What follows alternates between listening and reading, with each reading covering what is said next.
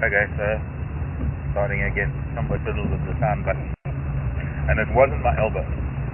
Good afternoon, Gaia, and all who inhabit her, from wherever you are on the planet. Welcome to Thornybush Private Nature Reserve this afternoon, and welcome to our PM Safari. My name is Mark. Brian is with me on camera this afternoon, and Aaron is Captain Aaron, captaining the ship at sea, flying us through space at, gosh, who knows what speed it is.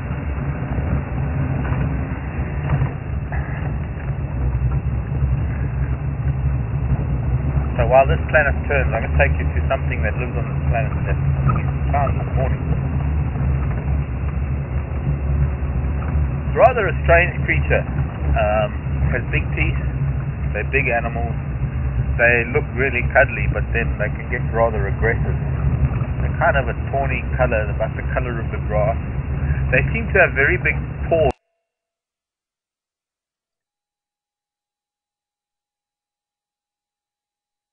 with these hidden stilettos.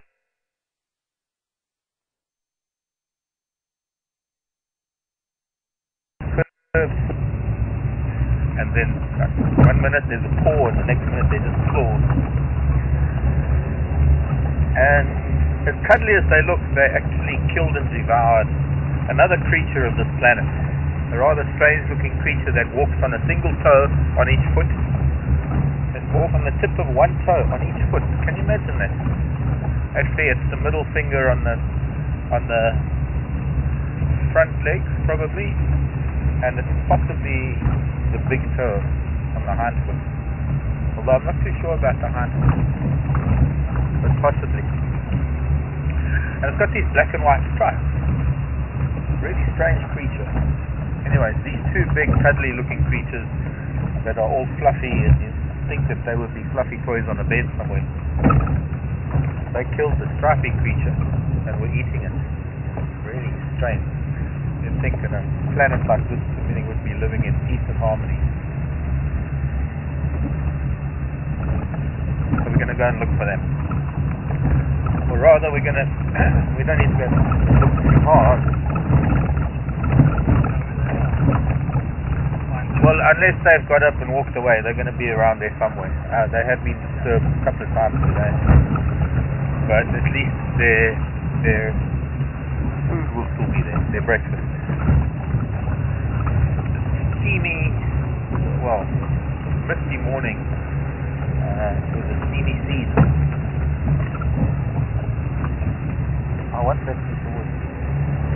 There was a steamy scene as they tore open the zebra's carcass and broke open the stomach contents, and then he removed that, and I think it was the lungs and the internal organs that just released almost like a cloud of steam. It was a surreal morning. It was something out of another planet, which is why I've been talking the way I've been talking.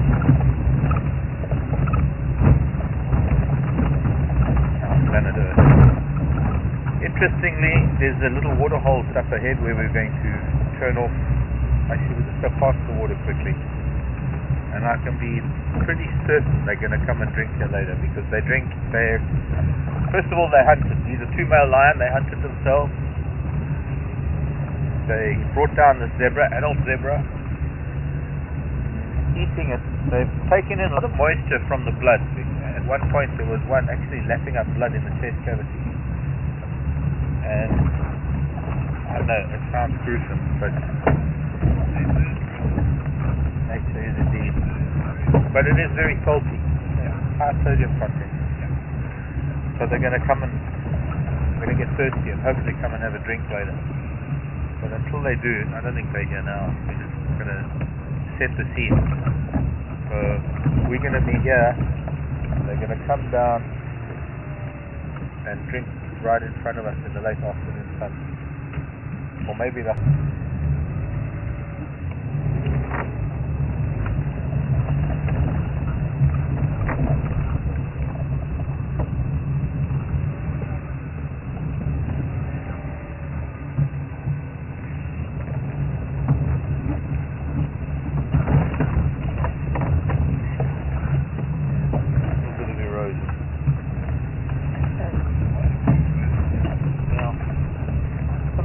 watershed leading down to the waterhole. I don't know what to expect.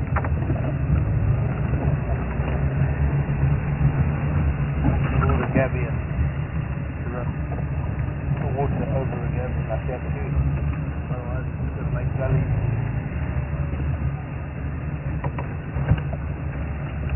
A fair amount of vehicles have been in and out of this new road.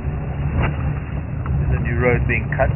Instead of having to drive along the fence line, we're actually going to take the internal route. Of course, this morning I didn't know that we could do that.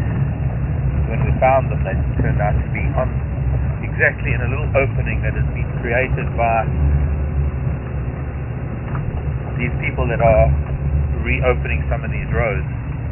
And you've seen some of the piles of wood on the side. We were with some elephants where there was a couple of piles of wood. And these little roads serve sort of a double purpose, or rather the opening of the bush on these roads. Not only affords better visibility with the animals, but it provides a pretty good fire break if need be. Of course, a hot raging fire is not going to bother with a little road like this. It'll hop this road so quickly as easily. Well, you can see to the side, probably about 2 meters each way of the road in most cases. So you can see about 6 feet each side of the road, 6 to 8 feet each side of the road. Everything's been cut.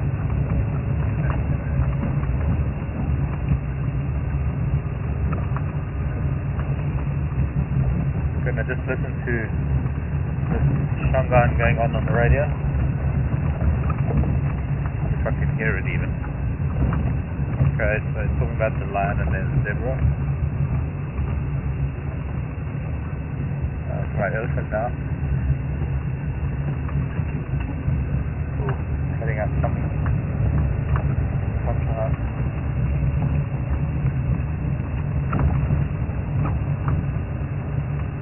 Oh, and the herd of buffalo. Okay, well, guys are a little bit too for me to hear their radio, so that's going off.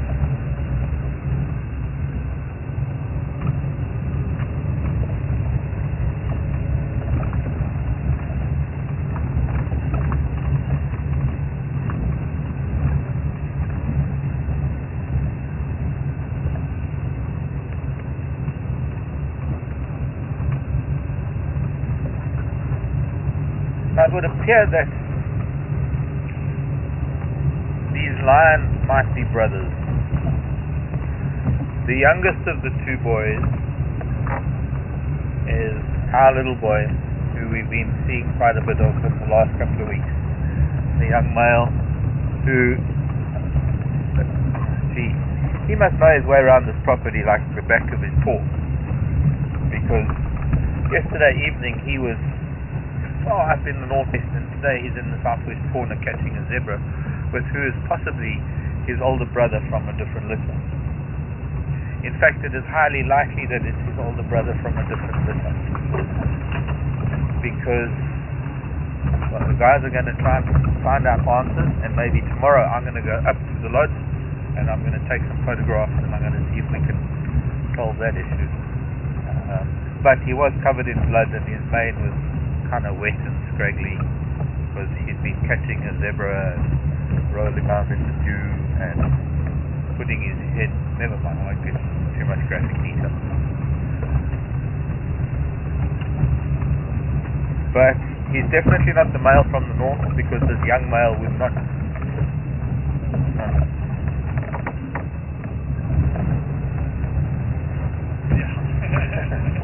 as missed it. Antenna at the back with the terminator. There's no one else he would sit on a carpet with, and the kind of interaction that they had, although it wasn't brotherly love, it was only really aggression. It's the typical kind of aggression that you'll get from siblings on the same carcass. I've seen it with lion, leopard and cheetah. It sounds worse than it really is. I mean, it sounds vicious and it sounds I mean, it's like really sounds like they're going to bash to kill each other.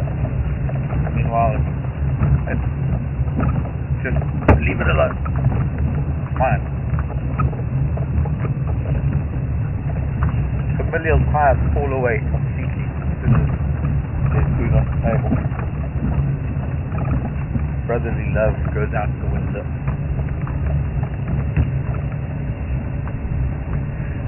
But they possibly both engaged in the hunt.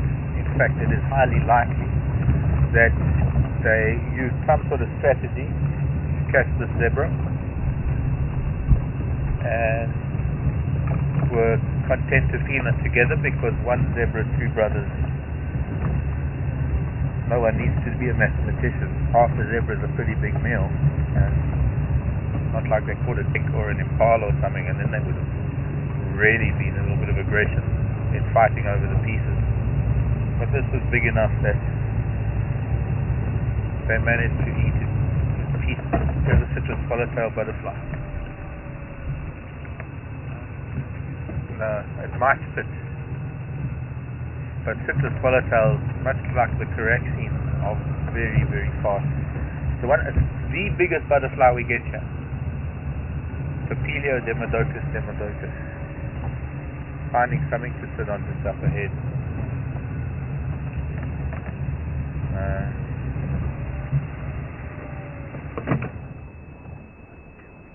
There's some host plant in there that it wants.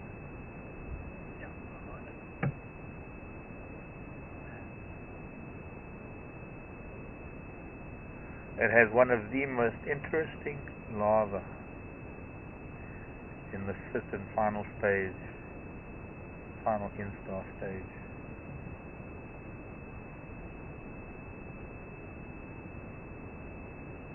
There's something in there that it needs, but it's being hassled by the grass not letting it land, but there's something in there that it's picking up that it wants to taste. So much energy. Flies away, comes back, and it smells it again. Did you? No, it's fine.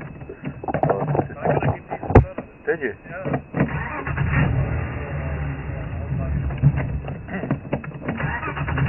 Lions to butterflies. Oh, you know about the chaos theory, of course. Yeah. So there's a second one. The second one that just flew across the road now. So their host plant is, well, they're not called citrus swallowtails for nothing. Their host plant is for most members of the citrus family. So we've got a mimic here. We've got a tree here that isn't citrus family, but it's called citrus bush. And if you had to smell it, it would smell like lemon peel or orange. It's very citrusy.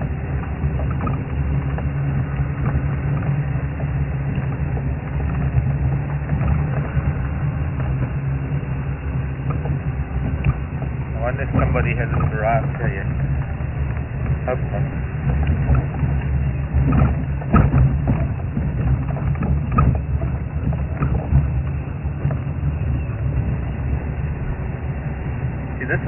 This will give this opening of these roads now giving us a whole new couple of loops to come on. And look how nice this is. Yeah. Sorry.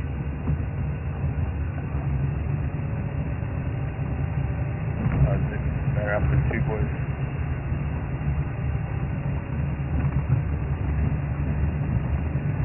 Any stations south on Ilkley?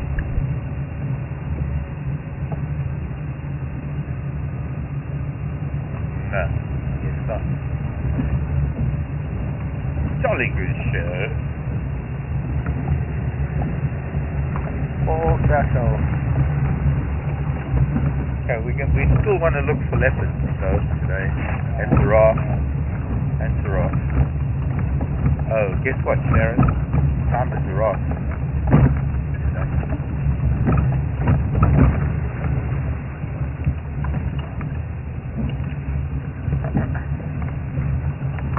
I'm at Mark here. I was just wondering if anybody was on Ilkley.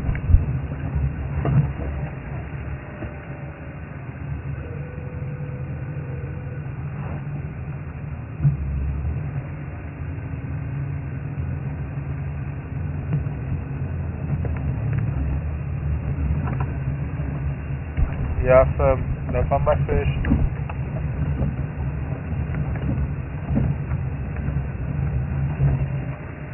Okay, copy. Do you know where they were left? Okay, here's where the kill is. Alright, I'm sure I'll find it.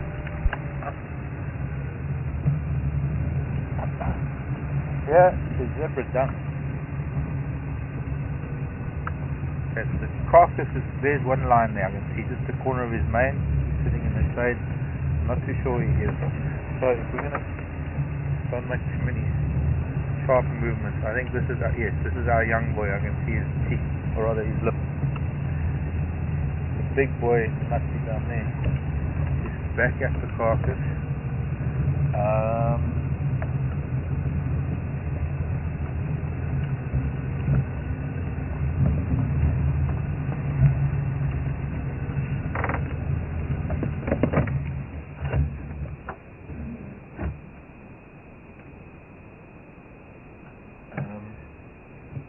This is not going to be good for recording. So hang on. And we can go that side. We can try and drive past. No, it's like grass in the way. No. I'm looking on that thing. Okay. So this is our young male, everybody. Back at the carcass. And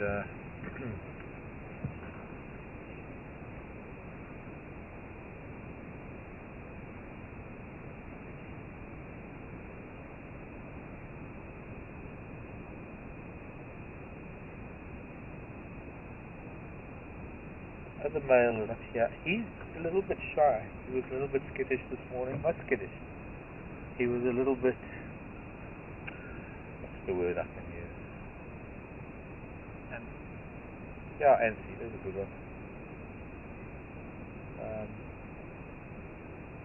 He did look at us a good few times. This young man knows us. He's heard, oh, yes, thank you. Those are your weapons that you just killed a zebra with. He is Arsenal. He's like got all of those things in his mouth, and then he's got 10 other sharp things on his hand. Well, 8. Dew claws don't count. 8 other sharp claws. Very big, sharp claws.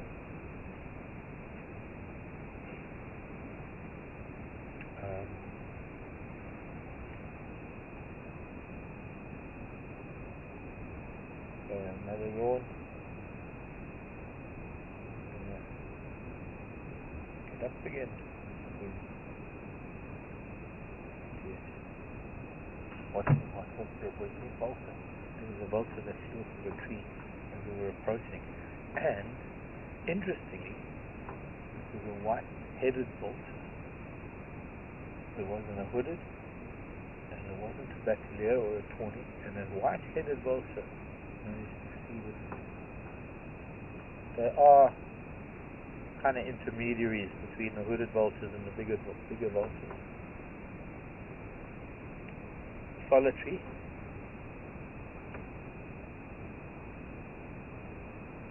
And it's not unusual for them to find a carcass first either. There's actually very obvious reasons why we don't have any raptors here. Knowledge. Vultures. We're in a bit of a vacuum when it comes to avian scavengers. Not to say they don't come and eat something.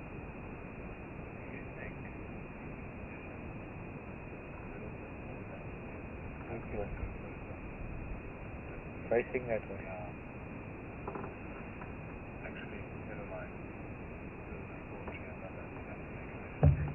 No, but what we can do is come in from the fence. But it's going to be looking straight into the sun.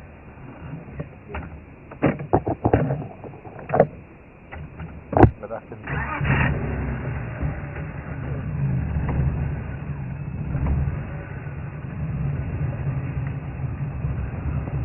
The other thing is that there's another yawn. Okay, what I'm going to do first, Brian, is he might get up. He's starting to yawn and get into his blood and thinking about doing something.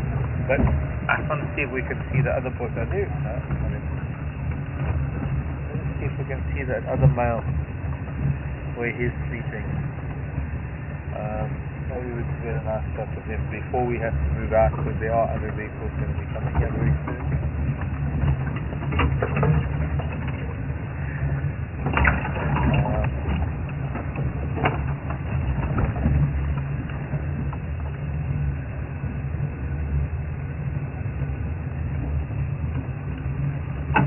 Seems like whoever was here this morning done a few rounds. Another male.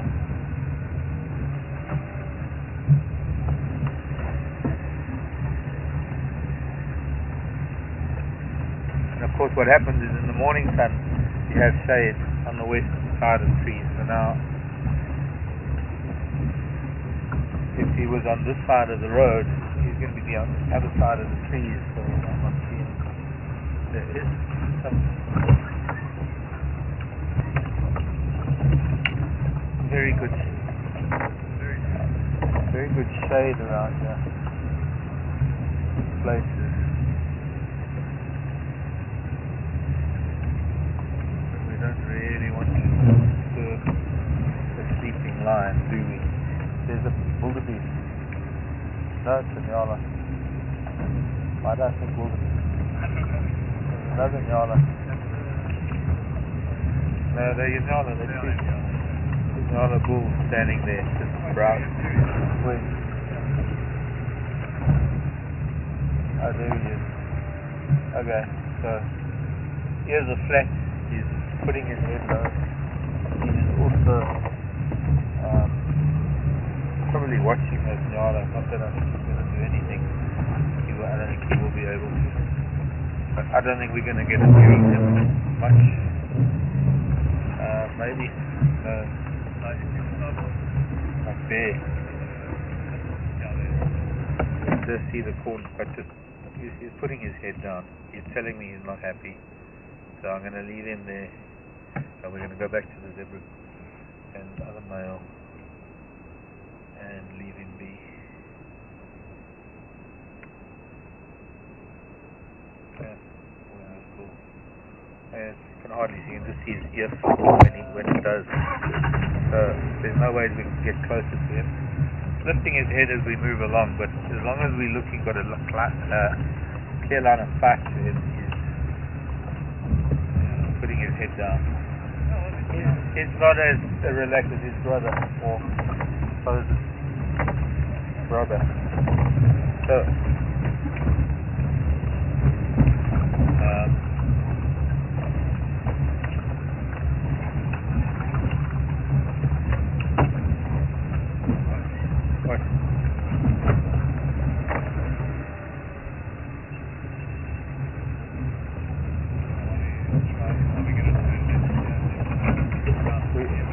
yeah.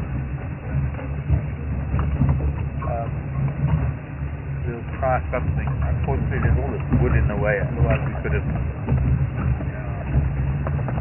turned it nicely straight towards him, but I could try something. He's turned around now, so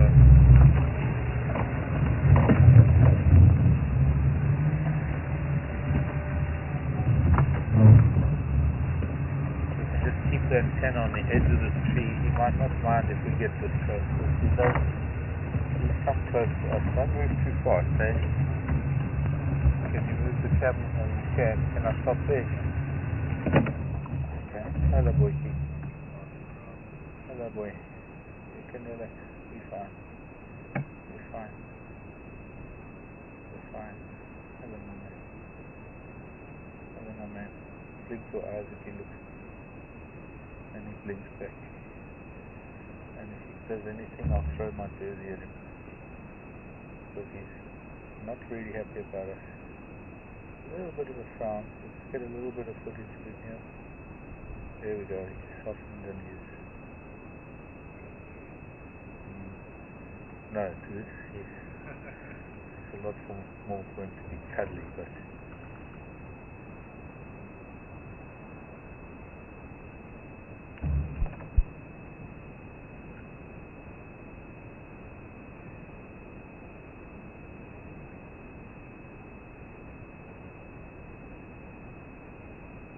hello, Phyllis.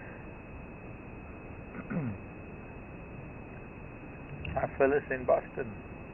I can't talk too loud. I'm sitting right next to a lion on his kill, and he's been past the vehicle a couple of times, fairly close, but we are rather close to him right now. And the zebra is just to his left, hidden in this bush with a guarri bush and a baby jackalberry. Phyllis wants to know that this morning you saw them eating the meat. What happens to the skin? Well, they eat the skin as well. They will chew through the skin to get to the meat, and they will eat the skin. On a large animal like a zebra, the hair will come out through the digestive system, and it will come out with the feces. But they can chew and digest the skin. It's quite a thick skin, and it has a very important layer of fat just underneath it. He's looking up. There might be birds. I can't really see. I've got an acacia above me. Might be interesting, because in a short while we might actually be able to see his dung, and we'll be able to see the hair that comes out of it. As maybe unpleasant as that may sound,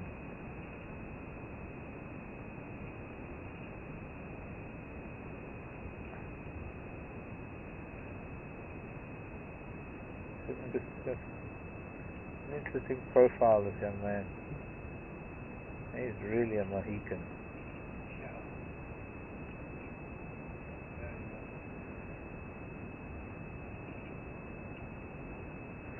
Okay, so I better tell the boys.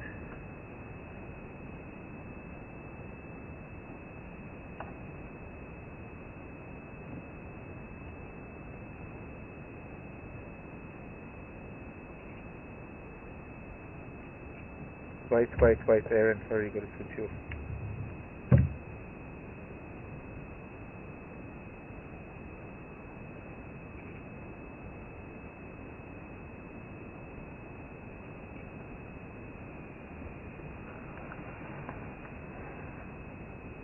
Oh, didn't like that, did you?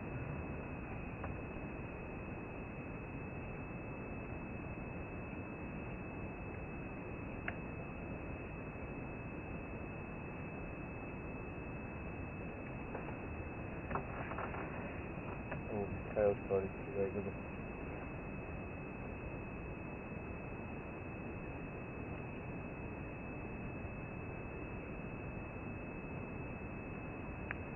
Oh, Jesus, for God's sake, shut up.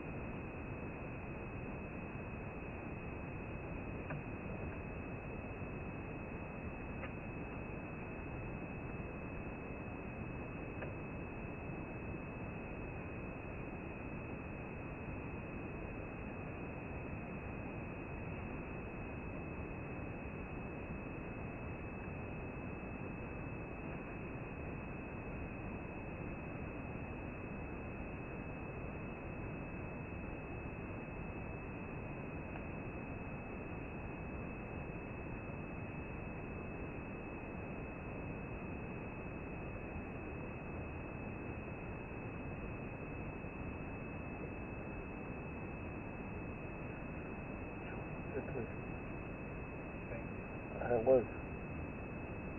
I would fire him. If he came back to the lodge tonight, and I'd fire him.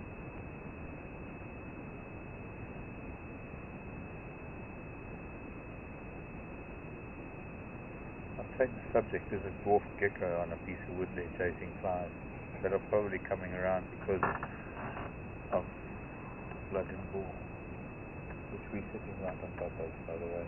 Yeah. With all the flies on his flank, can you kind of get close to them? Yeah.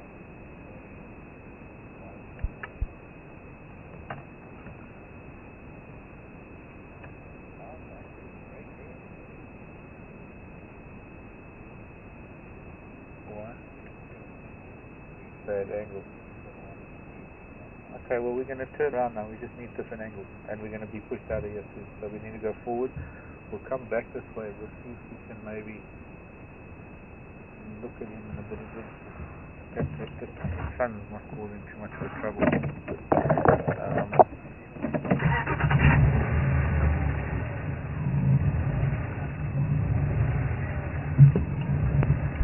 Station Simado Dangala on Mangwa Bamba from this morning along the eastern fence line south of the Timbavati. Mark your go. Yeah, one Madura is Malapanzi right next to the Nyama. Other Madura is lying in the Shatin about 100 meters away.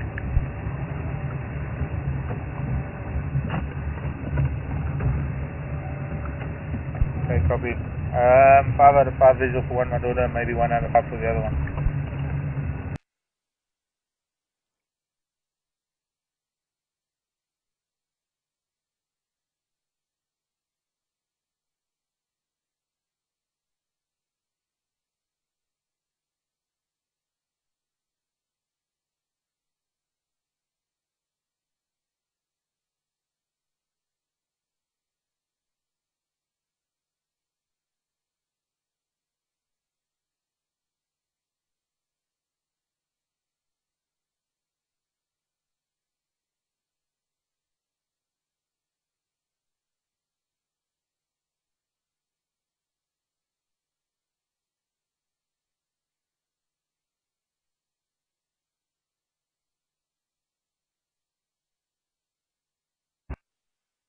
Look, the flies here. Yeah.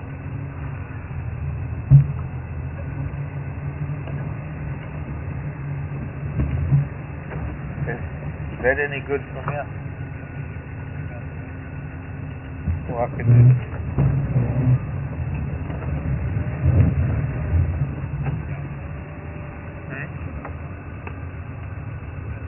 Forward, no, that's the best you're going to get.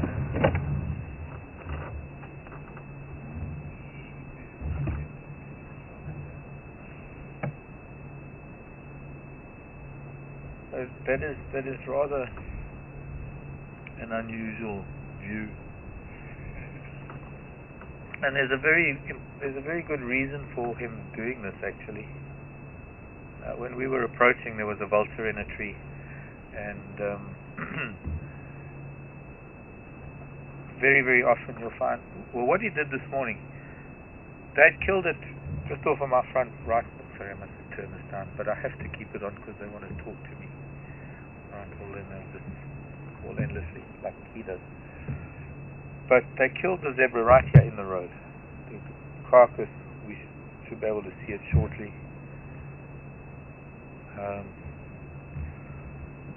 Was opened up, so we've actually driven over the stomach contents and everything else. I can actually show that. Can you? Good.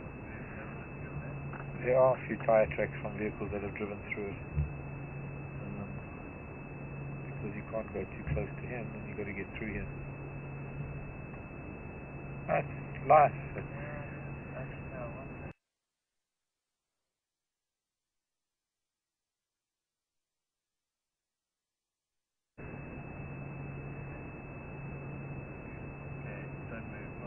I could imagine the spiders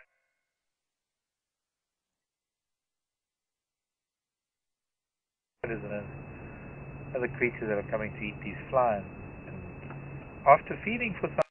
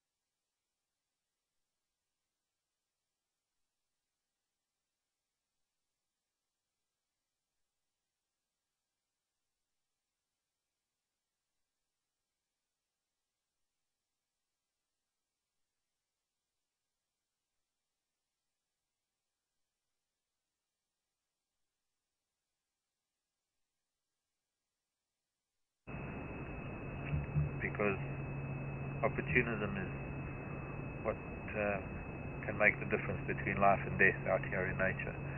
And if you can find an opportunity, you can take it, you can win a meal,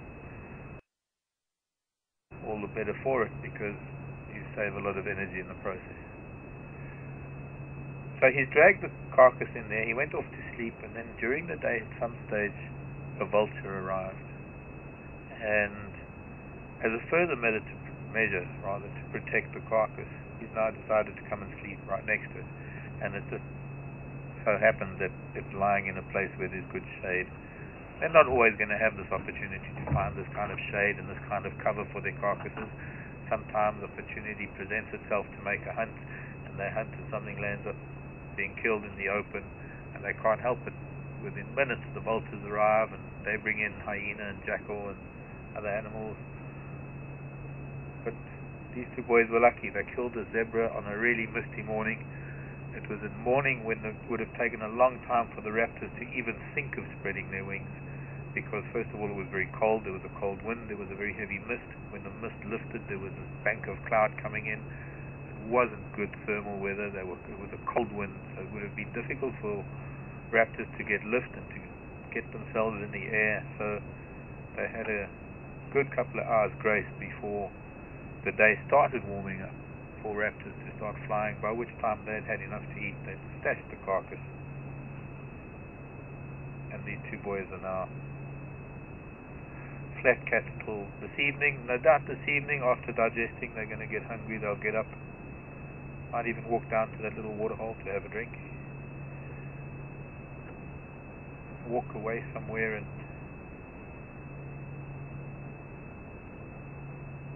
let the digestive system process the whole. Now they'll push some out and make space for some more.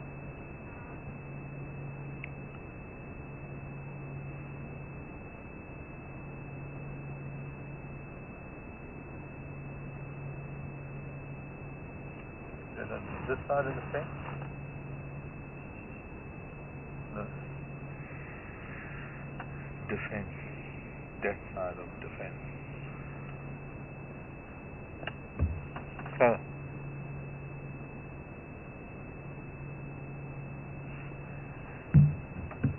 perhaps we should leave? No? Let's go find. No, but there aren't even any tracks of leopard that have been called in. So, oh gosh, sorry Aaron. Sorry Aaron, I just radioed down and I had the other radio. I'm all yours. In a manner of speaking. Cool. David. Hey David.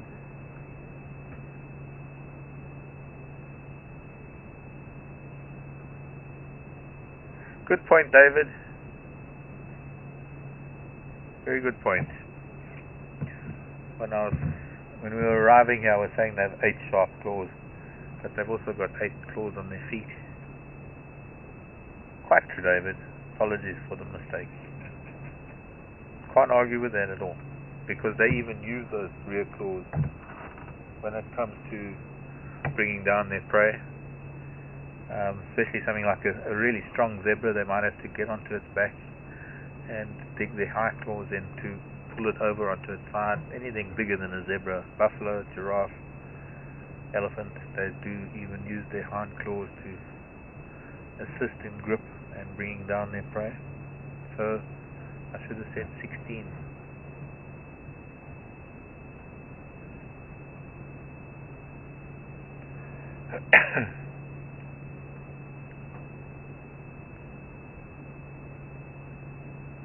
Now, I don't know if any of you have ever been to a really good dinner where you've actually been really, really hungry, and the dinner just happens to be maybe one of your favorite foods, and this combination of being really hungry and one of your favorite foods results in your eyes being too big for your stomach, and you're taking in a little bit more than your body can handle, and you end up with this bloated stomach, you might have noticed that it's far more comfortable to deal with over ingestion before even indigestion. But overindulgence, if you breathe shallow and faster, it's not as bad as breathing in heavy and deep. And this is exactly what he's doing. He's breathing fast because his belly's full. And it's the way of a predator. Even though they knew they'd killed something like a zebra that was big enough to last them a couple of days, just the two of them, they're not likely to get out of the lion. There might be some hyena that'll come and challenge them later. In fact, that'll be quite interesting. If we come back here just before we go home, might be interesting.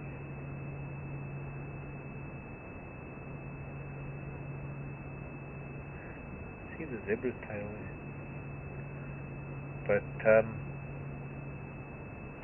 with predators, they don't know where their next meal is coming from, and even though they might catch something fairly large, they don't know that it's not going to get taken away from them. So invariably, it's not a case of, okay, well, I'll eat a little bit now and I'll go to sleep, and then I'll come back and eat a little bit more. It's like, I'll eat as much as I can now, and then as soon as there's room for more, I'll gorge myself again, and I'll just keep keeping my stomach full until it's finished, rather than digest and then eat another full meal. So while they have food like this, I mean, this zebra is 75% still a zebra, if not more.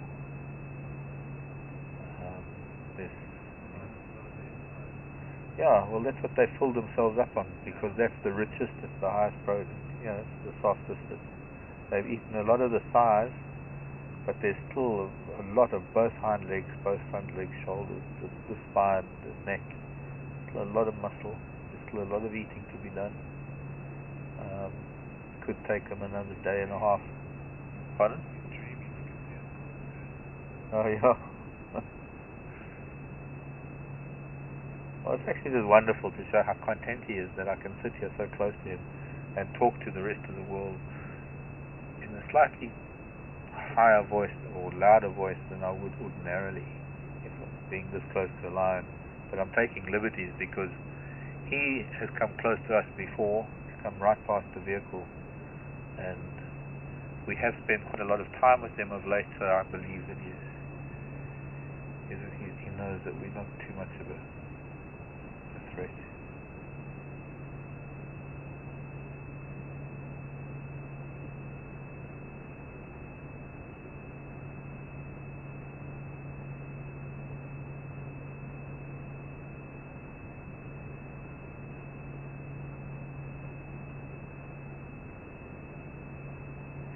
Glad you're observant, David.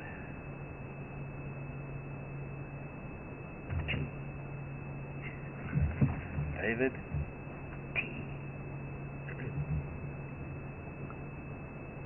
My middle name's David, by the way. I'm Mark David Weiner.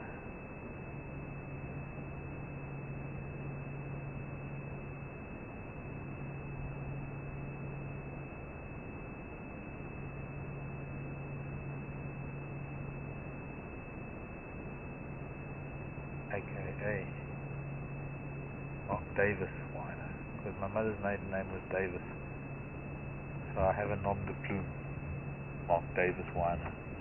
No one would ever guess.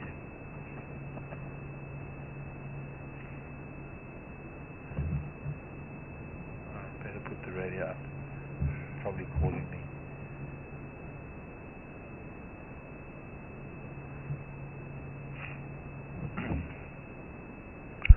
Mark, I just, sorry, I was on my other radio. Somebody was trying to get me.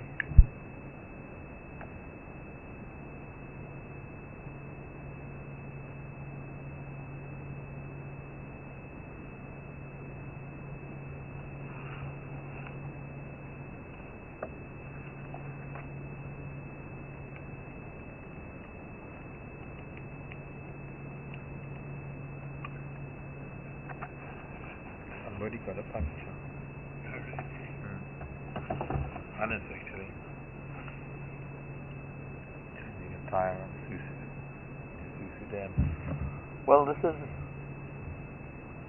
let's go driving around, and since this is close to camp, we'll come back here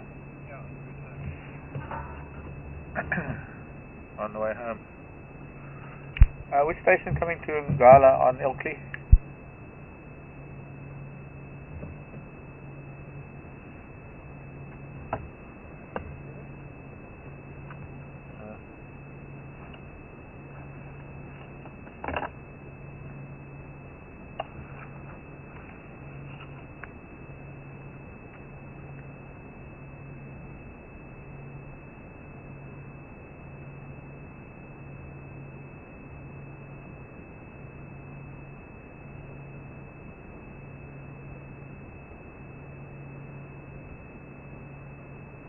Because there's not much happening here. These boys are sleeping. They're not going to do much until they get up. When it starts cooling down, end of the day, not much point in actually hanging around with them sleeping.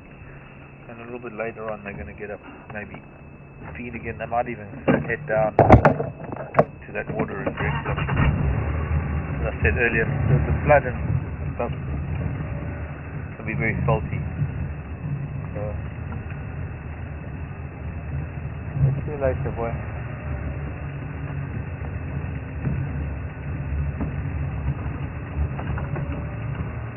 Ooh.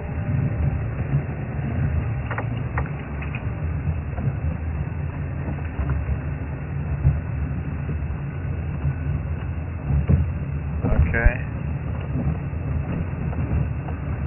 I didn't tell Aaron about the yellow.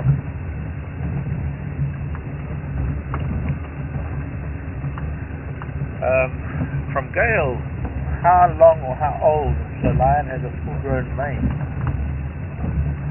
Around 5, Gail. Around 5 is when he reaches sort of full adulthood. And then obviously from 5 years old his mane becomes far more. However, there are exceptions to that because in different areas genetics and climate and other factors influence the thickness and extent of the mane. Kudu running around within even earshot of that kill. There's kudu and nyala still moving around, not really bothered much because they don't have to be. Lion aren't going to do anything to them. But yes, in different areas. I mean, if you look at lion from say the Kalahari, for example, and even Serengeti, both places that have wide open spaces and can get rather chilly. Lions have exceptionally beautiful long manes. Look at other areas like Selous Game Reserve, Ruaha to some extent, where I've been. Up in Savo, where the winter temperatures don't really get that bad, there isn't really that much emphasis on the mane. So even a 5-year-old lion or a 6-year-old lion, in fact even an 8-year-old lion could have a mane of a 3-year-old. So unfortunately, once again, we're talking about an answer to a question that should start with it depends, because there are different factors involved. And largely it depends on what area of Africa we're talking about, because it's not a uniform thing. It's not that every lion does exactly the same thing throughout Africa. There's so many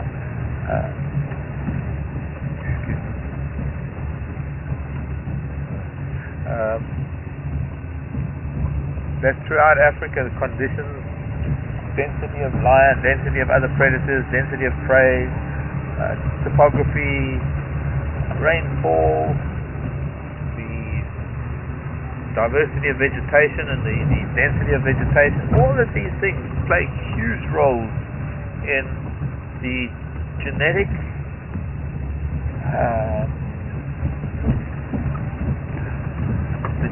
pathway that dictates whether a lion is going to have a big mane at the age of 5 or very, very scrawny and look like a 2-year-old at the age of 5. And I hope that kind of answers the question in a way. Here in this part of the world, simple answer would be 5 to 6 we would have a full mane. And the lion of Kruger, we do get fairly cold temperatures, and there is fair amount of lion competition. I don't know to what extent lion have been studied in Kruger to determine whether the females have sexual preference over males with darker manes and lighter manes, because certainly there have been studies that have been done on open plains like Serengeti and that might have a lot to do with it. In that open grasslands like Serengeti and Ngorongoro Crater, where they do have big full manes, maybe it's easier to spot a big male lion with a dark mane from far away, so his dominance can be assured on a visual front as well as all the other olfactory and auditory and other signals that he extends when he's got his territory. And a dark maned lion, just by virtue of his size and the size of his mane, over a distance is preferable to a lighter maned lion who might not be so visible from a distance, and where sight isn't so much of a big thing. Maybe sexual preference for the darker or lighter maned lion has got nothing to do with it. Maybe there's a different criteria that would females accept males into their, because ultimately, there's a little bit of a misconception that it's a big male that has a territory and he has all the females. It's actually the other way around. It's actually the sisterhood of females that decide, okay, here's a hunt, here's a pretty good looking dude, looks like he can protect us for a while and protect our cubs and help us kill big animals. Let's employ him. We'll put him to the test. We'll let him into the fold and we'll see how well he defends the territory. And if he does a good job, we'll let him mate with us and we'll let him produce some cubs, because we know if he does a good job, he can at least keep others at bay until our youngsters are old enough to move on and ensure their survival. Because if he's a wimp and he mates with us and we have these cubs, and they get to be 6 months old, and then big macho comes along and kicks out the wimp, macho's going to kill our children and make us have his children. It's not a bad thing because it's stronger genes.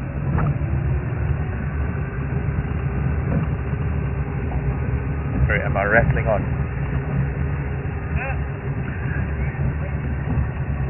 Well, so there's so many different factors involved, and in a thicker bush environment like this, maybe the thickness of the mane and the color of the mane doesn't play that much of a role in females determining whether they're suitors, they're knights in manes of armors and things, can hold sway long enough. Different criteria, different climate, different conditions.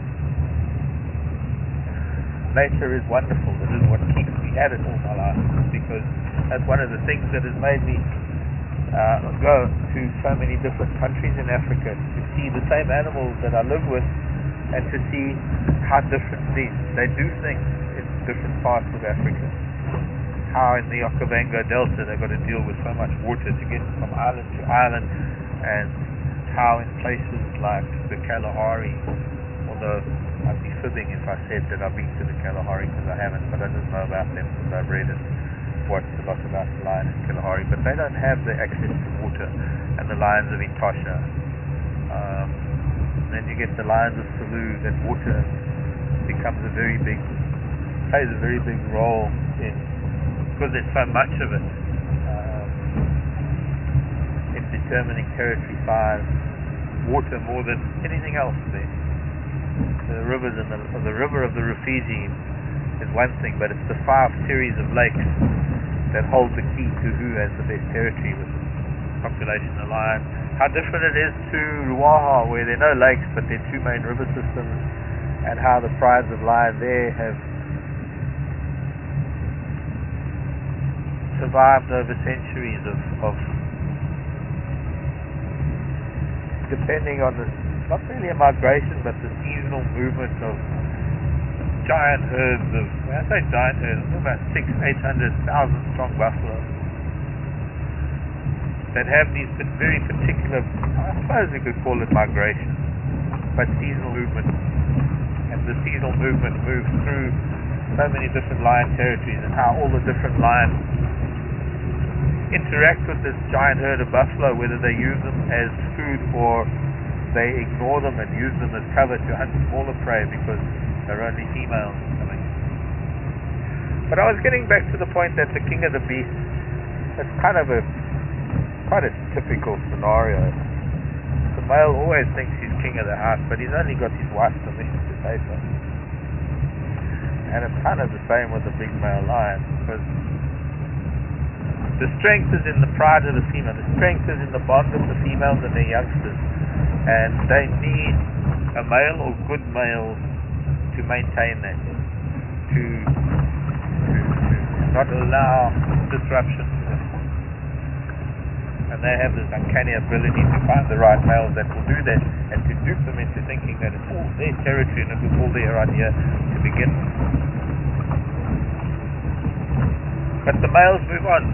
Big male holds the territory for maybe 5 years at the most. Big male can't, even a coalition, can't hold territory for very long. They come into their prime at 5 to 6 years old. By 9, 10 years old, it's time for them to move on. Their teeth are worn, they can't defend, they're not reproducing the same way they were when they were 6 years old or 7 years old. I forgot to do this because I'm just wrong. Aaron's one fine. Aaron hasn't been able to get a word in edgeways. All stations left to lock for Madonna and Gala still on the Nyama.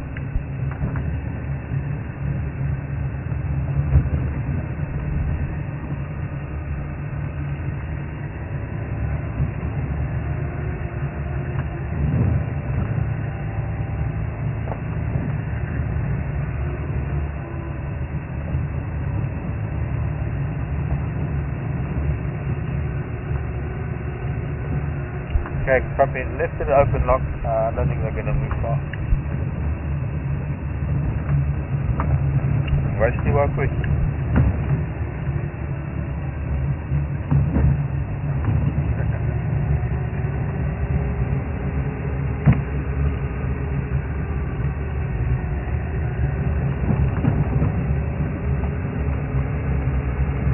Thomas, he was there this morning. Of course, he knows where it is. Giraffe.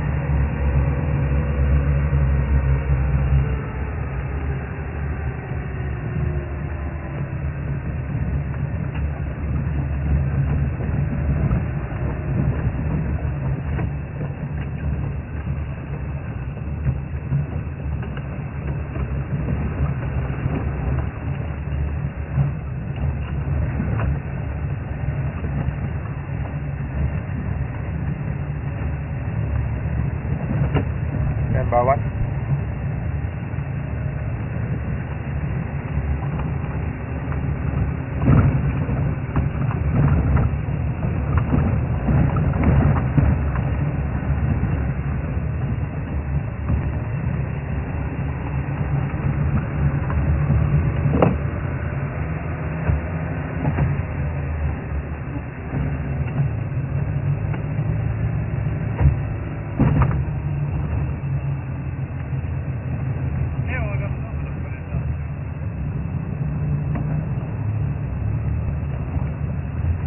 Sorry, I got interrupted by the radio. Go, Aaron. Go, buena, Aaron. Rafiki Yangu. Moira.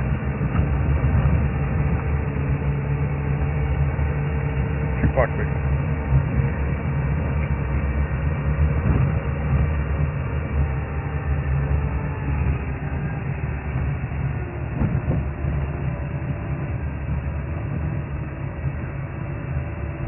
Two interesting questions from Moira in the UK. Hello, Moira. Nice to hear from you. Pardon? No, it's just looking at it. I thought it might need a one. But hello, Moira. Nice to have you on board. Two-part question from Moira. First part was, I think that the other male, the older male, the other one, the one that was a little bit shy and a little bit uppity, so I think he might have been because he was injured. No, I don't think so. Because I would have to be responsible for his injury for him to take it out on me. In my opinion, I don't think he was injured badly. I think that is a chronic condition that he's living with, just by the looks of things.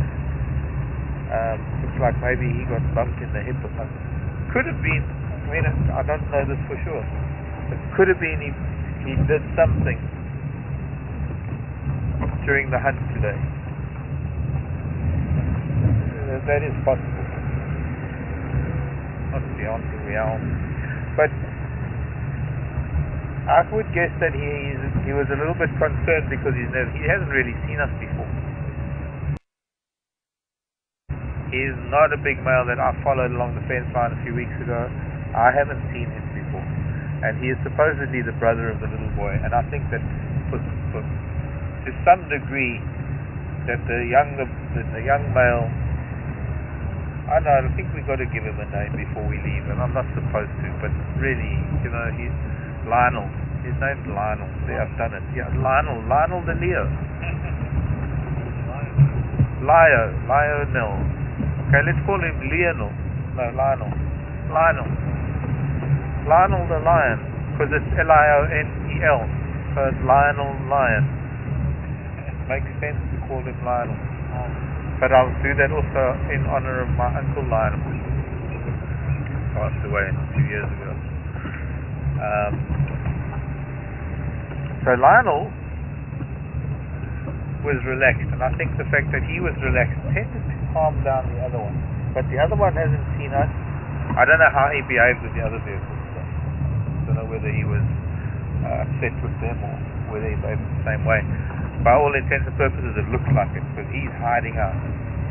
He's tucked himself away at the back there, and I don't know what he's going to do when the vehicle gets there. What's he looking for? That leopard again? Yeah. Okay. Pardon?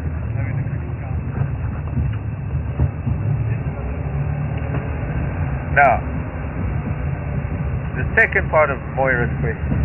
So Moira, I think it's just he doesn't know us very well, and also he hasn't been into Thornybush. And the guys were actually talking to me on the radio earlier. I'm going to be going over to the lodge tomorrow and talking to some of the guys. I'm going to take a memory stick with some photos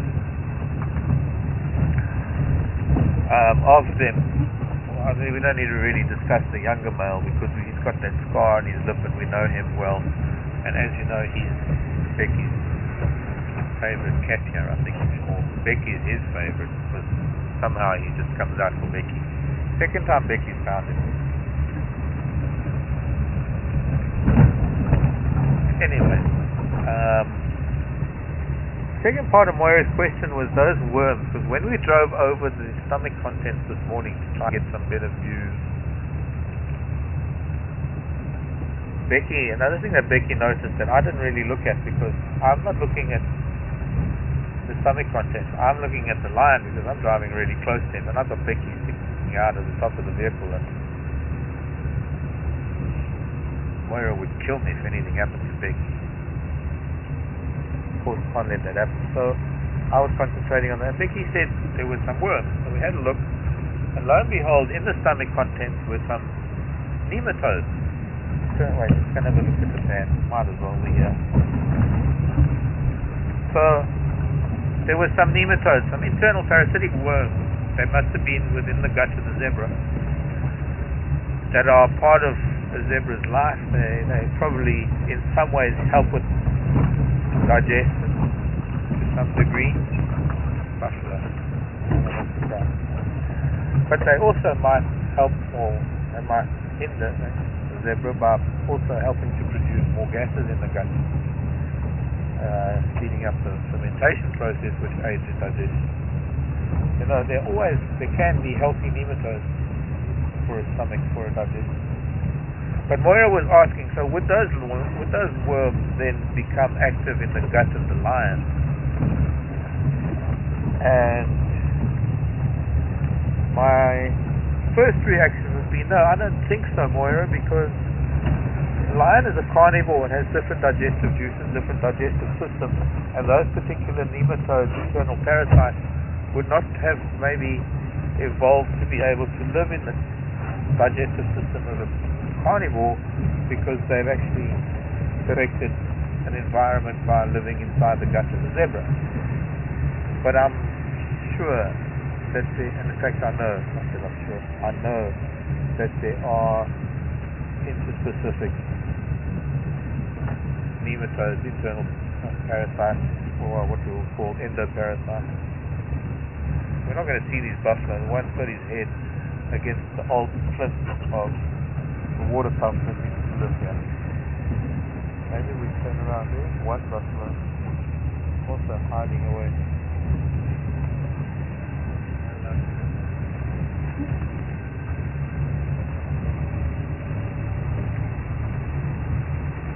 So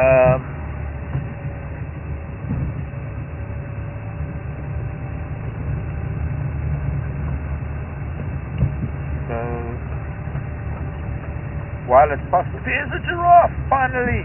Sharon, are you with us? There's two giraffes. There's a buffalo.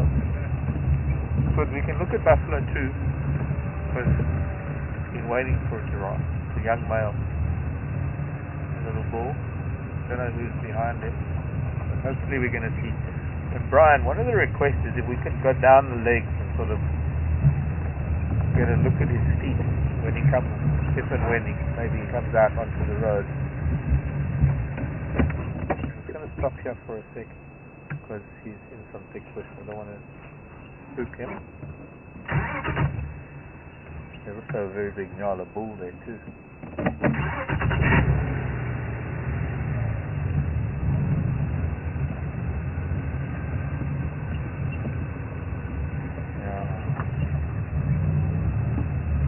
Another young bull at the back. Yeah, we might stop. There we go. He's going to stop and feed. Hello, little boy. Rose in the shade, and his feet are in the grass. I wonder if they're going to pick up the scent of zebra enzymes that I've brought with me.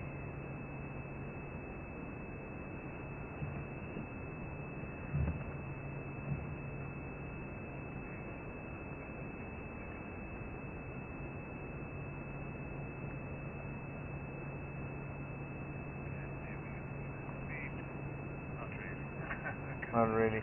We can see the wrist.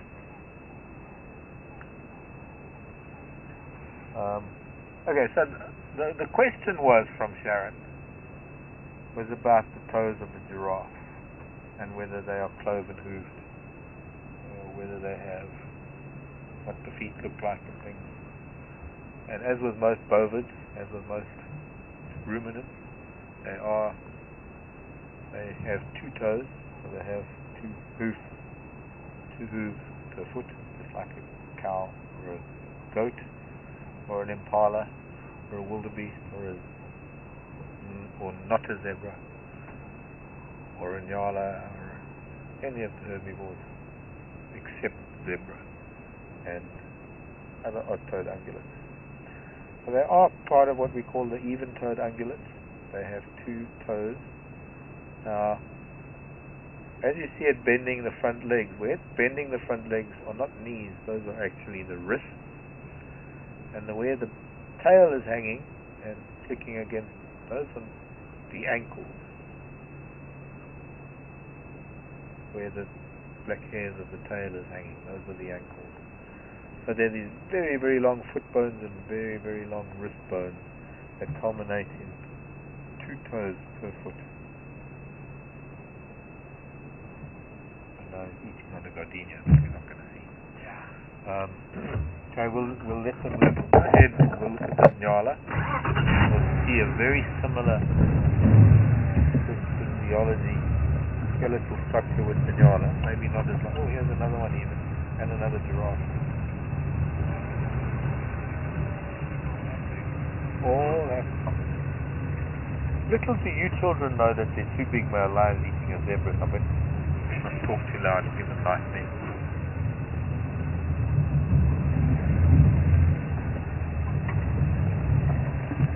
Is that okay? Oh, another young one. I suppose I should have one of those laser pointers so I can... Yeah.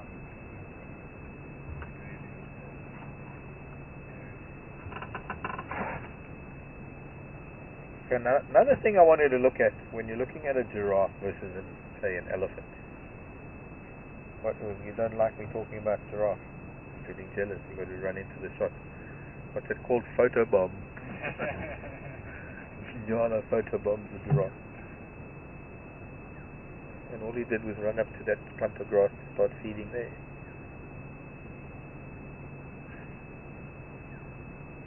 If you look at the size of the giraffe and the thickness of the legs, what are you looking at, boy?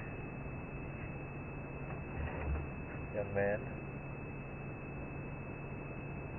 Yeah, obviously it's a rhetorical question.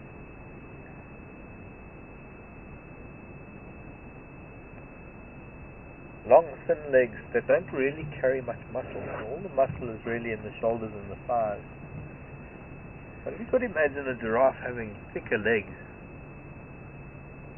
would have to somehow, in fact it physically couldn't happen. Because the other thing you've got to consider when you look at the anatomy of a giraffe is the fact that it's got this very, very thick and long neck. And with the head so high up, as small as it is,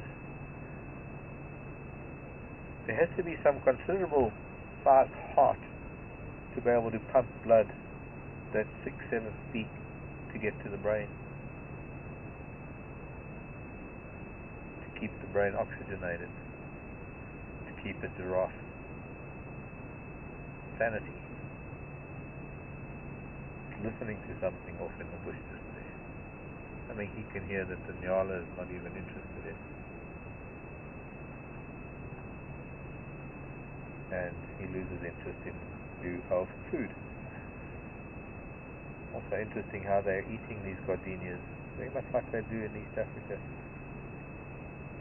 Browse level, they browse them into these particular shaped trees. But, so I was saying, a very powerful heart, pumps blood up all the way through that neck, up into the head. And if you could imagine, if they had much thicker legs with more muscle, with gravity, how thick those veins would have to be to withstand that blood pressure in especially the bottom of the legs. And so when we look at giraffe bones down towards the feet, those wrists and those ankles, there's virtually no muscle there at all. There's a lot of tendons, but there is also just pure bone and skin. Bone with skin tapped so tightly around the bone that it helps to reduce the need for veins and arteries that can withstand high blood pressure, but also helps to maintain that very blood pressure by the tightness of the skin. What he was looking at is another big giraffe. It could come around this bend any minute. Where that nyala is, just along there. Oh, stop now. Keep coming, coming. The big. Come, Twigger. We want to see your feet on the floor, on the ground.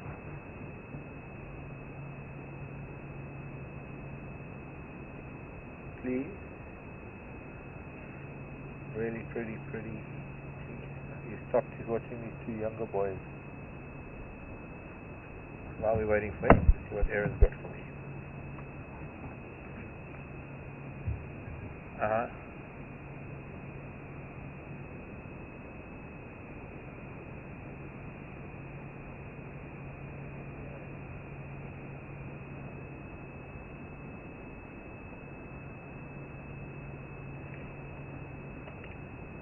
Another conundrum from Sharon in Austria. Something I'll have to think about. Sharon's asking about the lion, the mane that comes down onto the elbows of the lion. Wondering why they still have those tufts of hair that come. I think it's just part of the mane, Sharon. But never really thought about why they need such heavy hair on their elbows, other than they've got these very big heavy chests and upper bodies and big heads. But maybe it does act as padding as well as sensory aids. Don't know. Giraffe walking away. Right, let's go round the bend. Like I'm not round the bend already. Around the bend, got that giraffe walking on the road. Might get his feet.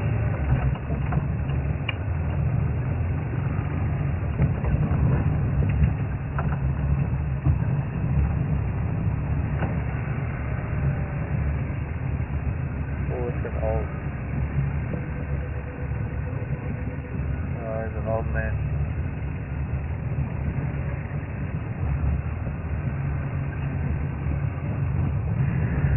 If we can just get him walking with Sharon, you'll see his moves as he walks away. Oh no. Moving off the road.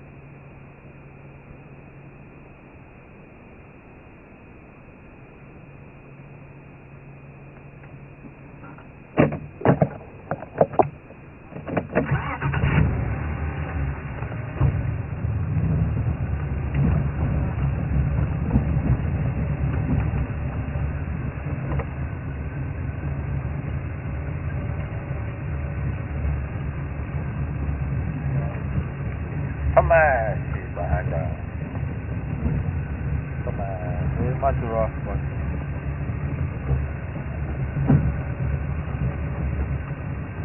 Some father. Where did he go? Yeah.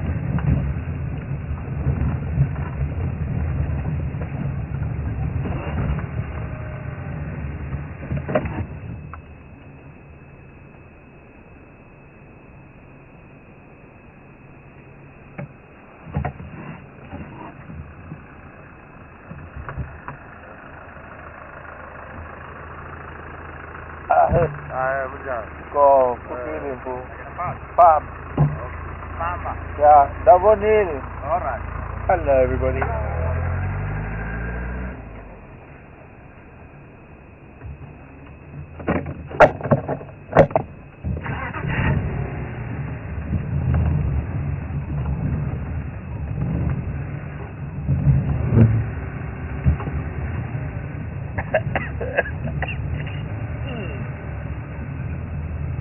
Diesel and Dust. What a wonderful album.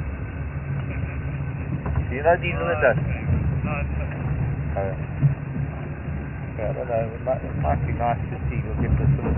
Ooh, lovely. What you doing? I know what you're doing. If he moves forward a bit, of course, he's not going to do it now because he's dribbling.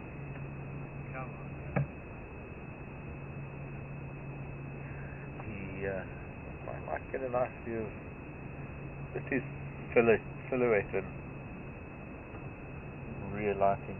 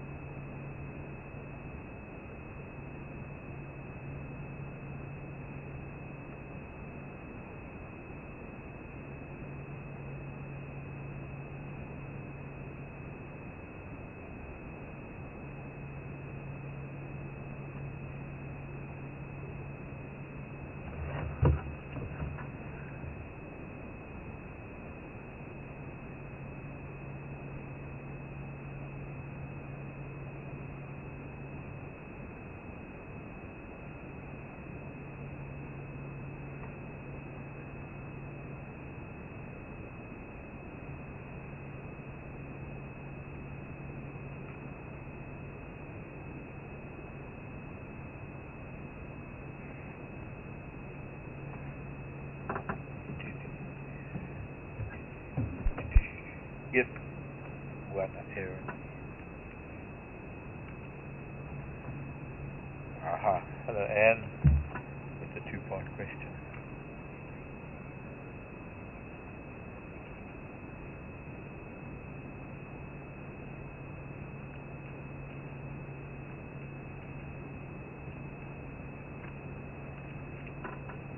Hi, Anne.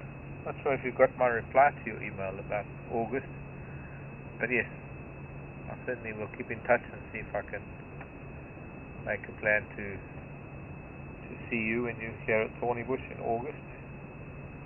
Why do some giraffes bend their knees and some splay their legs when they're drinking? And I think you'll have to ask the giraffe that, because pardon? I really don't know. You know, it's something I have thought about, because some do and some don't. It's like why some of us sit down and cross our legs and some of us don't. Or I don't know. I don't know. It's one of those things that individual results. This is very yeah. No, I really don't know why it is. I think it's got to do with some that are a little bit more live, supple than others. I can barely touch my toes. Other people can touch their toes. I can barely cross my legs or sit in the lotus position. I can't do that, and some people can. That's how they. I really couldn't. I don't know. I'm kind of stumped by that question. He's a lovely dark giraffe. Not quite melanistic, but he's still got patterns and things. You can see the impala in the bushes just below him. Just every now and then their tails flashing in the darkness of the shadows.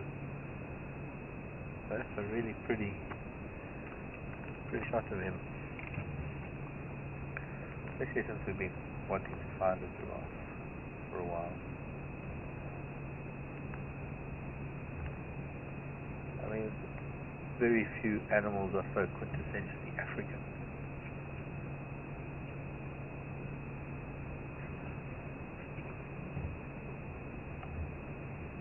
Zebra and giraffe, perhaps the only one.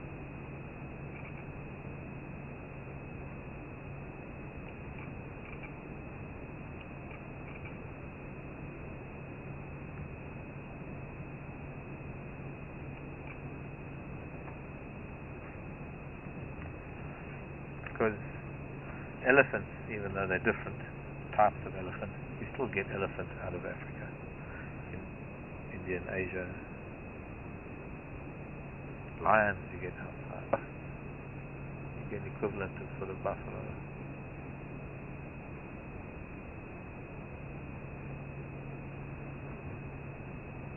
You need to hide away.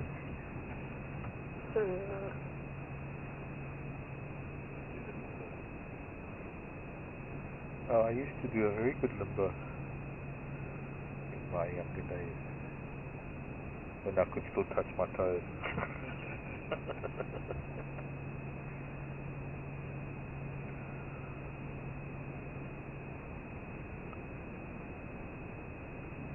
But my new kidney's in my stomach, so it makes it difficult to bend over.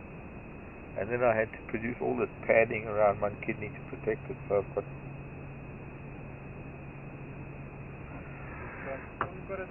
So, let's move on, he says, changing the subject.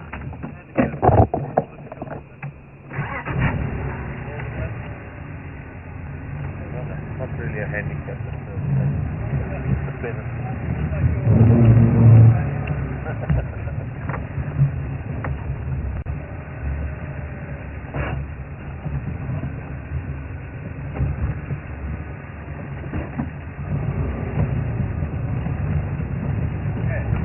Okay, what? Okay, now we're going to go find a link. Yeah. Okay, we're going to cruise the river bit. And cruise along the river. But, let's see where are we. Okay, let's do this.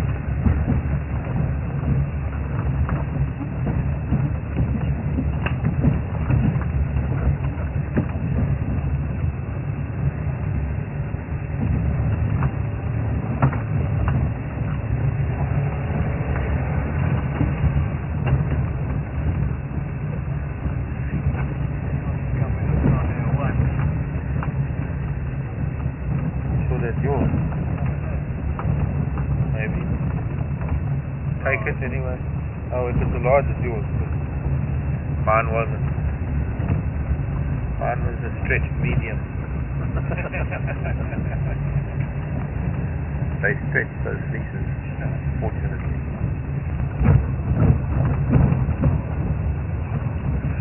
Yo.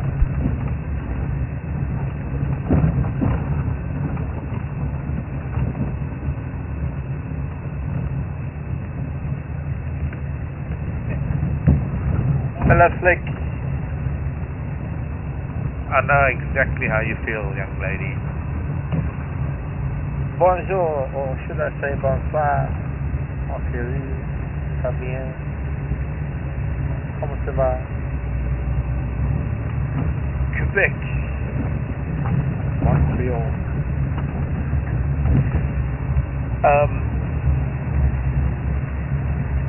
Canada. Saying how an elephant would be appreciated. Gee, don't I know that?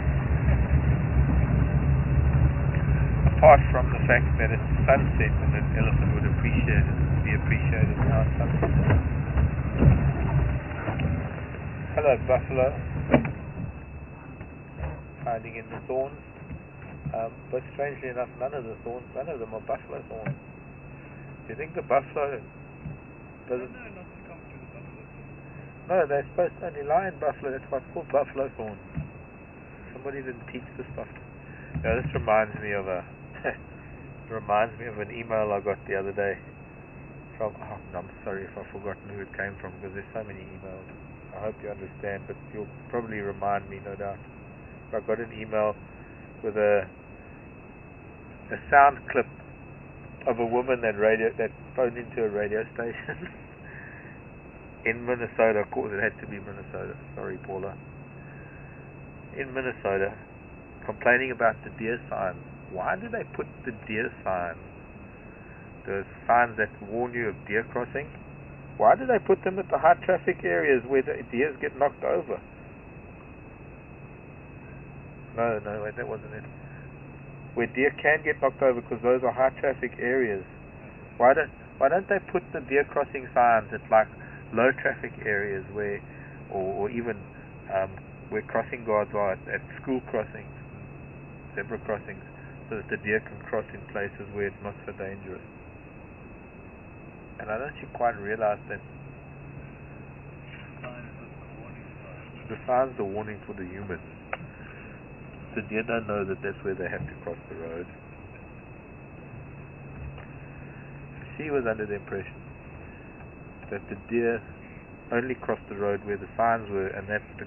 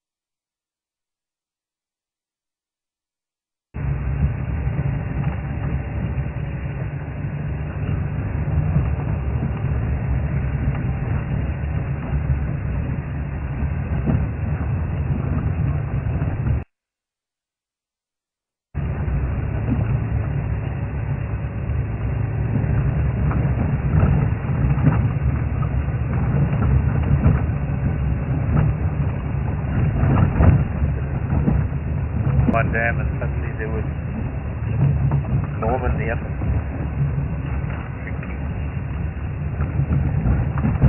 So, while I'm fairly certain there are no elephants south of the Alechi Road, you never know. The only way to find out is to drive and look and see and find. See if we can find.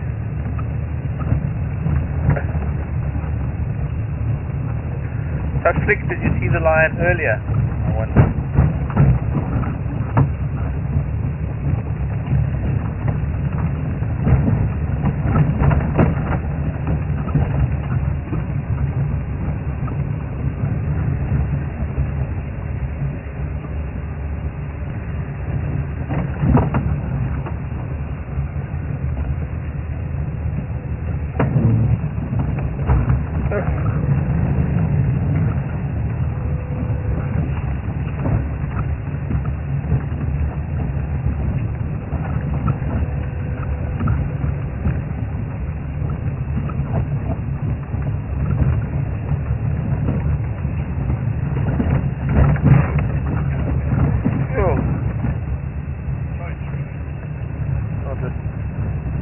Hidden bump on the grass.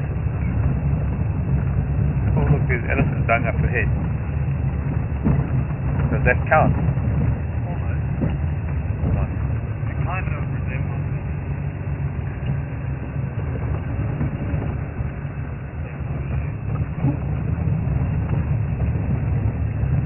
Except it's rather old dung. A few weeks ago.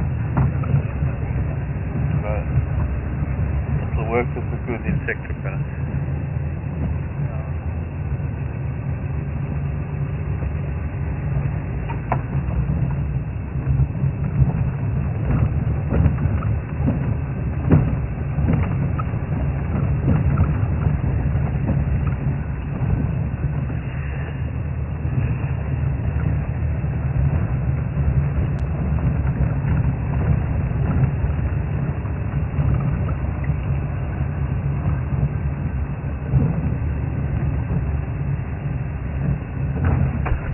Thomas again?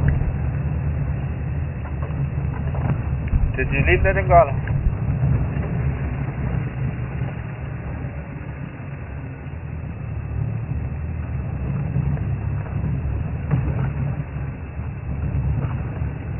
Okay, yeah, I did see that other Madoda. He was, there's a track, the guys made a track going north from that bumper. He was just off that track going north from that bumper.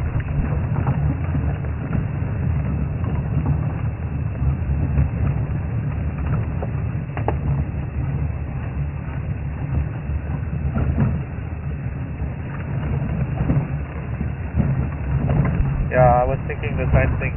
Okay, was there any other mover there?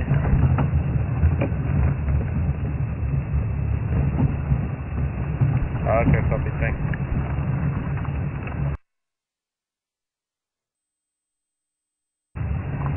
So it's obviously been a boring afternoon in the north. Doesn't look like we're going to get back to the Lion this afternoon.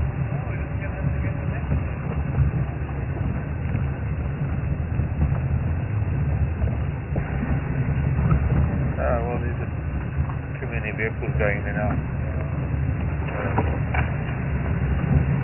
So, because they're gonna be there after dark as well. On their night drive with the lights, probably when hyena might be coming around.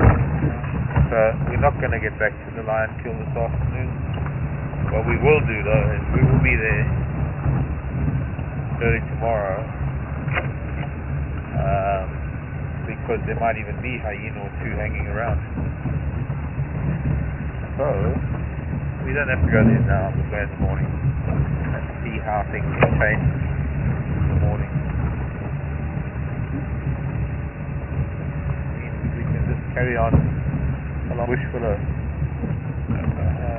along the northern bank of the river and see if those leopards come back.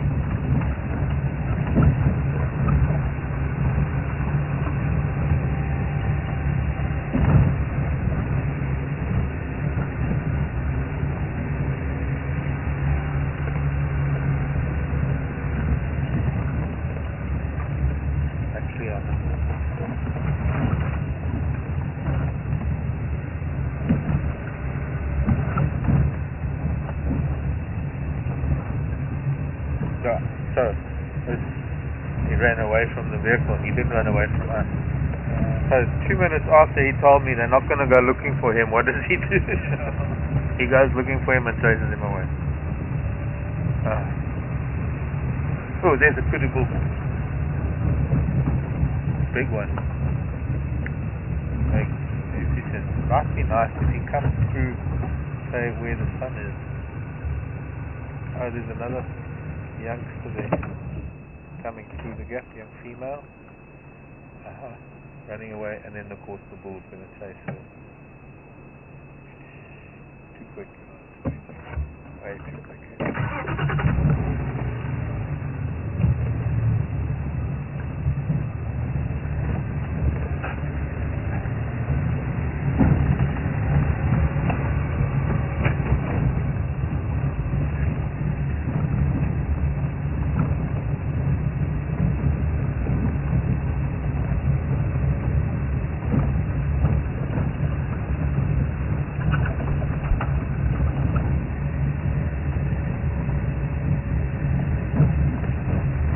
High five, worry. Thanks, Aaron.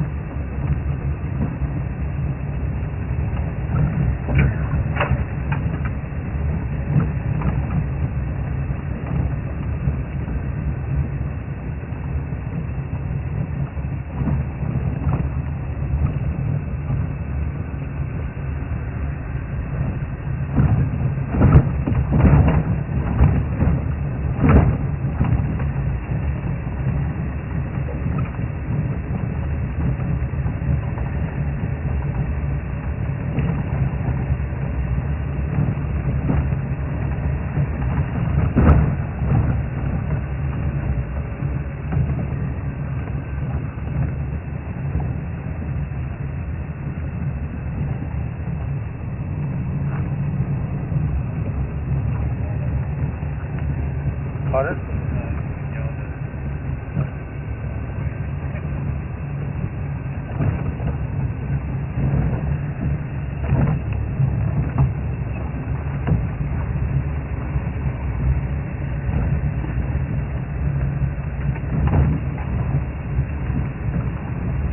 Friday.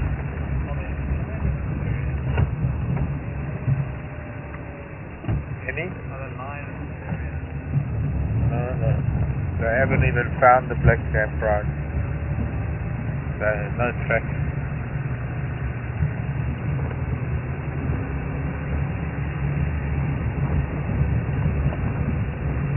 But nobody's picked up any tracks of the rest of the pride.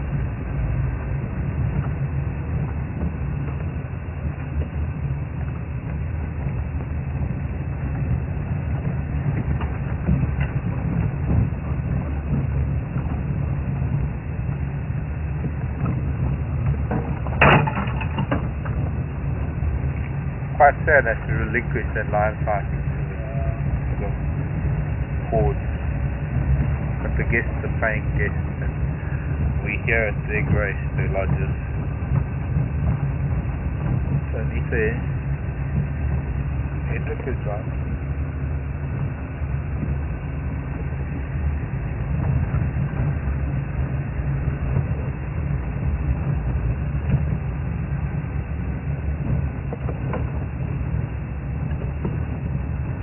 Aaron, do you know if Nick and his wife and their guests know that there's lion in it?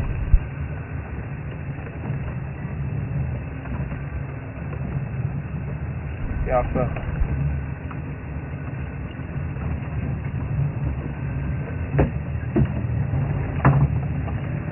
I forgot completely. I said that I'd tell you to let them know if the lion is on the kill. They might be with Hendrik. But maybe they're with Hendrik.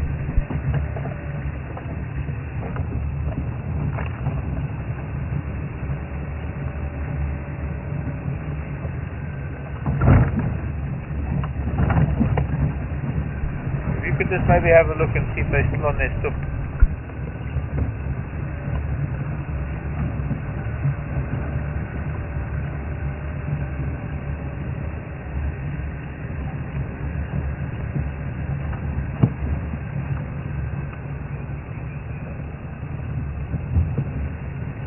Okay, we can just give a message from me, say that the other line is on the zebra kill on the fence line.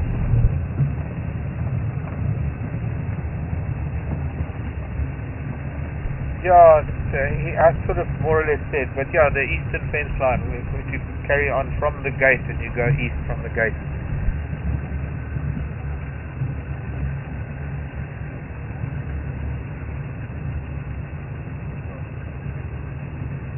Yeah, a lot of spikes. I mean, this is the northern bank of the Thornybush River now. So yeah, it's pretty thick.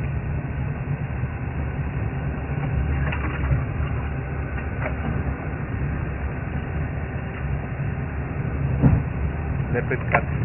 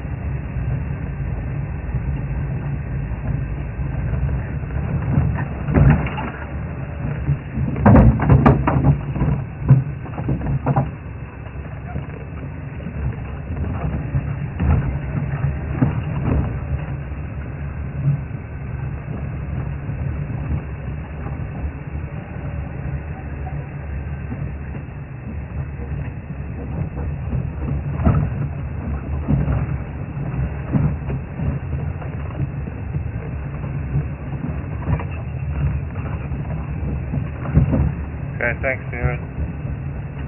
Mark, you go.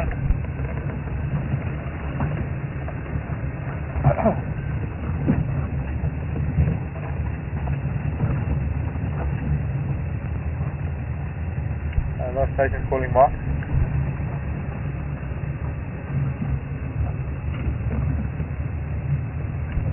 Negative, I'm not going to be able to film after sunset, so I won't be online after that.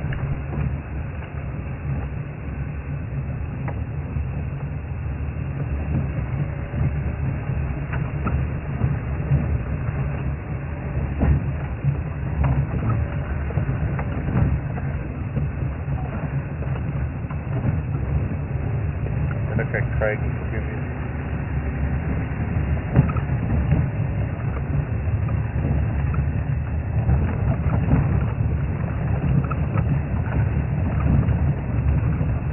Elephant on Marshall Eagle to hook cut line. Still just a little bit too north for me. Hook. So what we're going to do is we're going to go look for a place for sunset.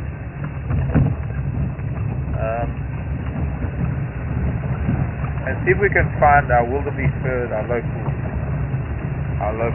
yokels.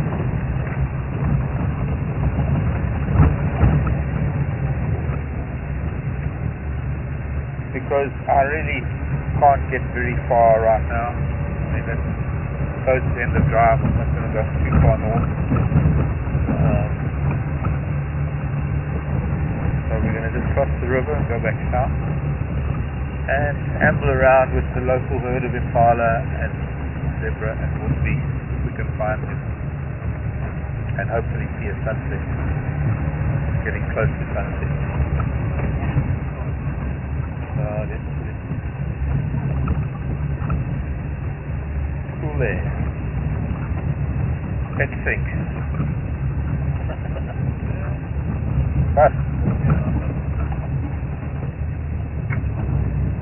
From your heart you can see. I can't see them from here. This bull or what?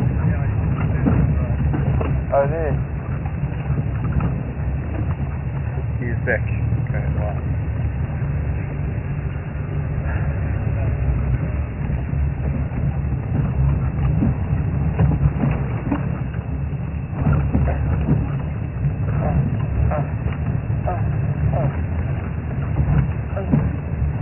You know what we do? We can't can't go to the lion. What we can do is we can go to Hammercock Pass. Maybe those cats will come back that way. That would be interesting.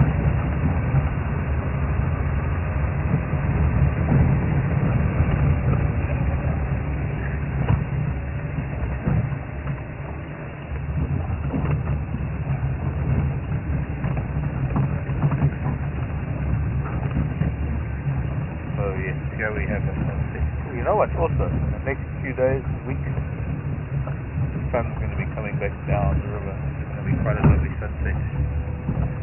Quite pretty.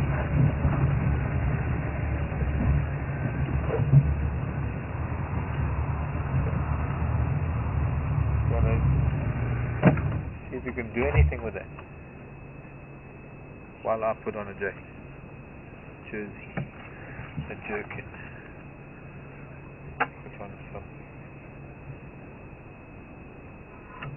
Made in South Africa.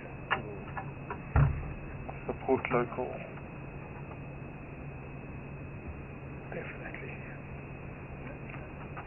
To do.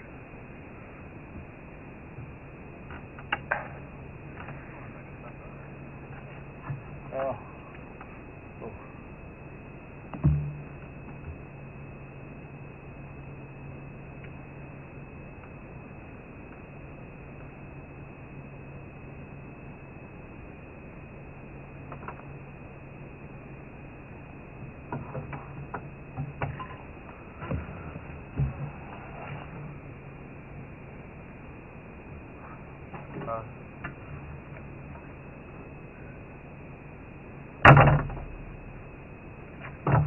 Got a vehicle waiting to come faster.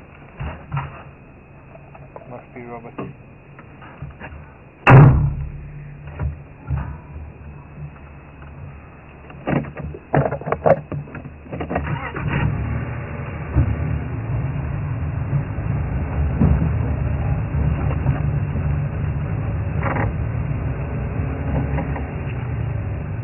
Robert, come in.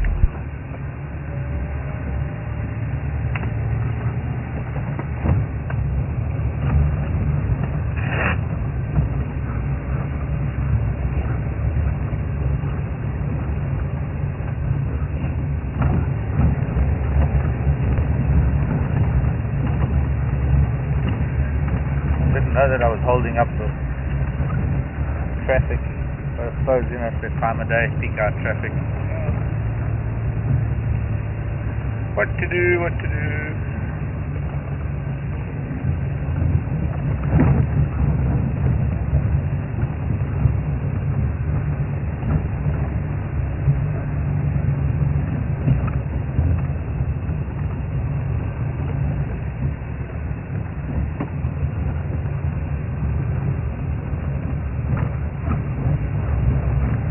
To the lion, they're going to the lion.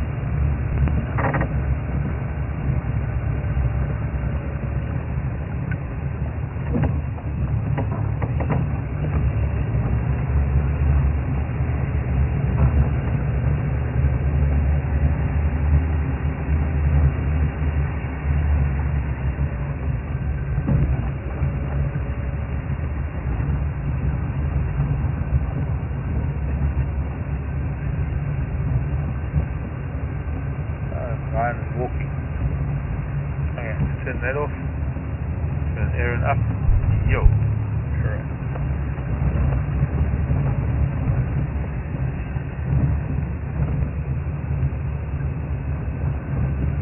Alright. Okay. Thanks. Message from FC. Probably thanks. Thanks, Lazar. Yes. That means we are going next door.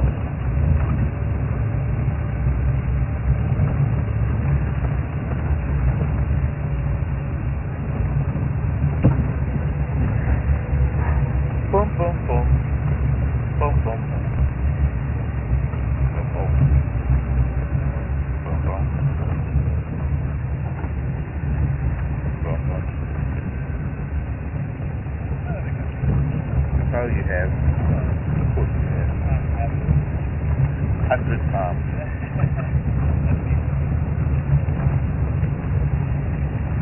I was actually trying to calculate it. I think I must have done nearly about 100 drives by now.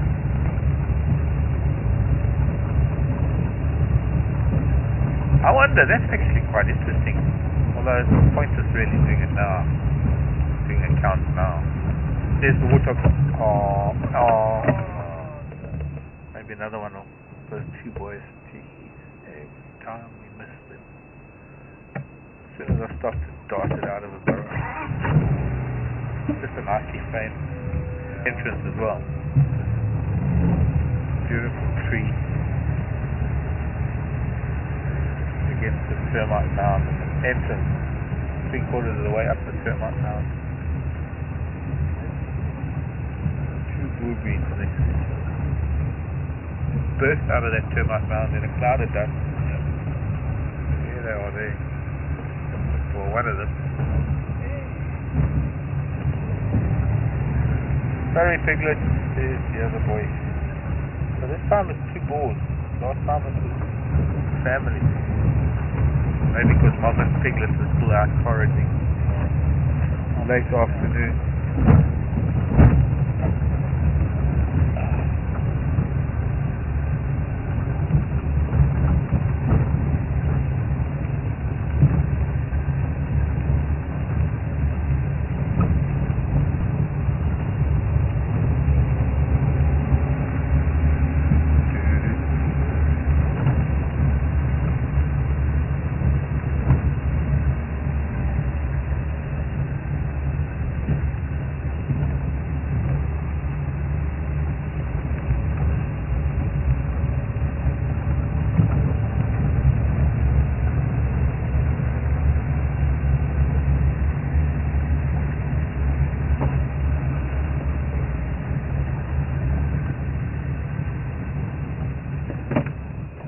Not going to take long for it to hit that crest. I don't know if you can close your iris a bit, so it's not so blinding, but it is quite decent. It's not quite sunset because there's a ridge there. And just because it goes down behind the ridge doesn't mean that it's sunset. Sunset for us, perhaps.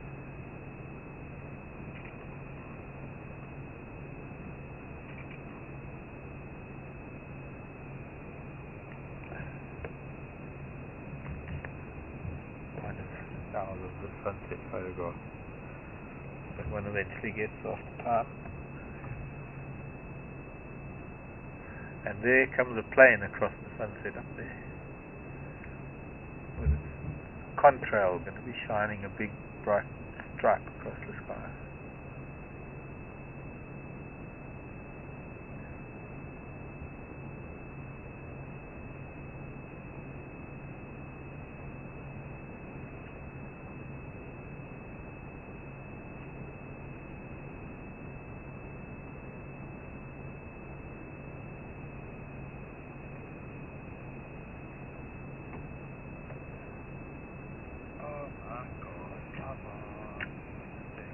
What?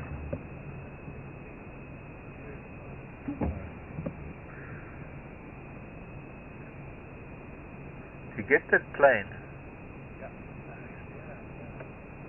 you can actually see the sun shining off the fuselage of the airplane as far as it is. I mean, it's probably a cruising altitude of 30-something thousand feet, but we're also getting the sun shining on the underneath of it. And that would be flying up north to, could be going to Dubai, could be going to Nairobi, Dar es Salaam.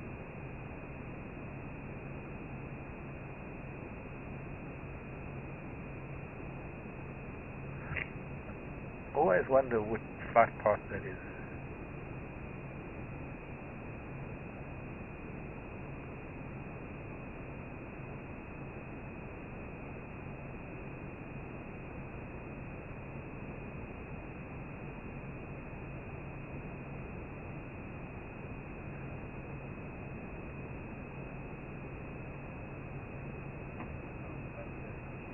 Yeah.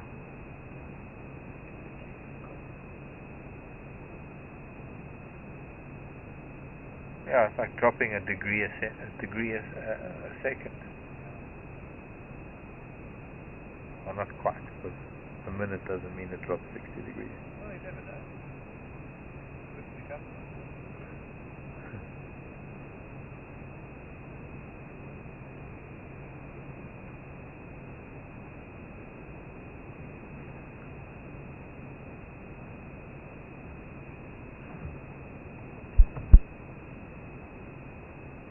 Hear a helicopter.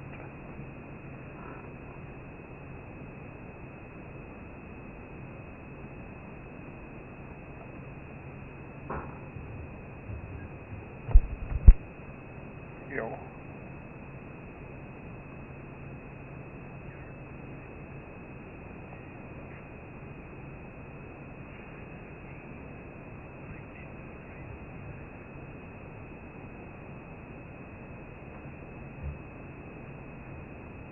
Thanks, Karen in Memphis.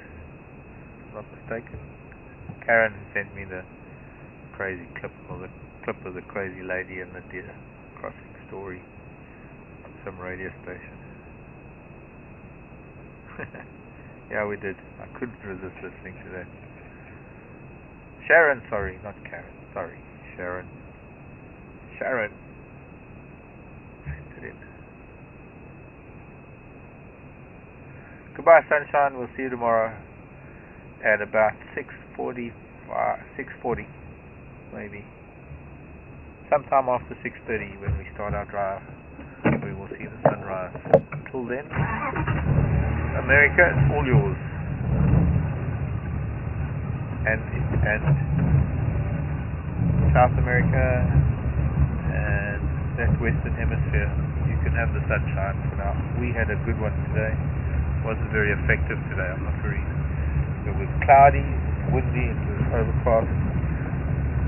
It was dusty and it was bumpy, and I've been sitting in a vehicle 6 o'clock this morning with brief interludes of not sitting in a vehicle. I got into a vehicle at 6 o'clock this morning to start the drive at 6:30.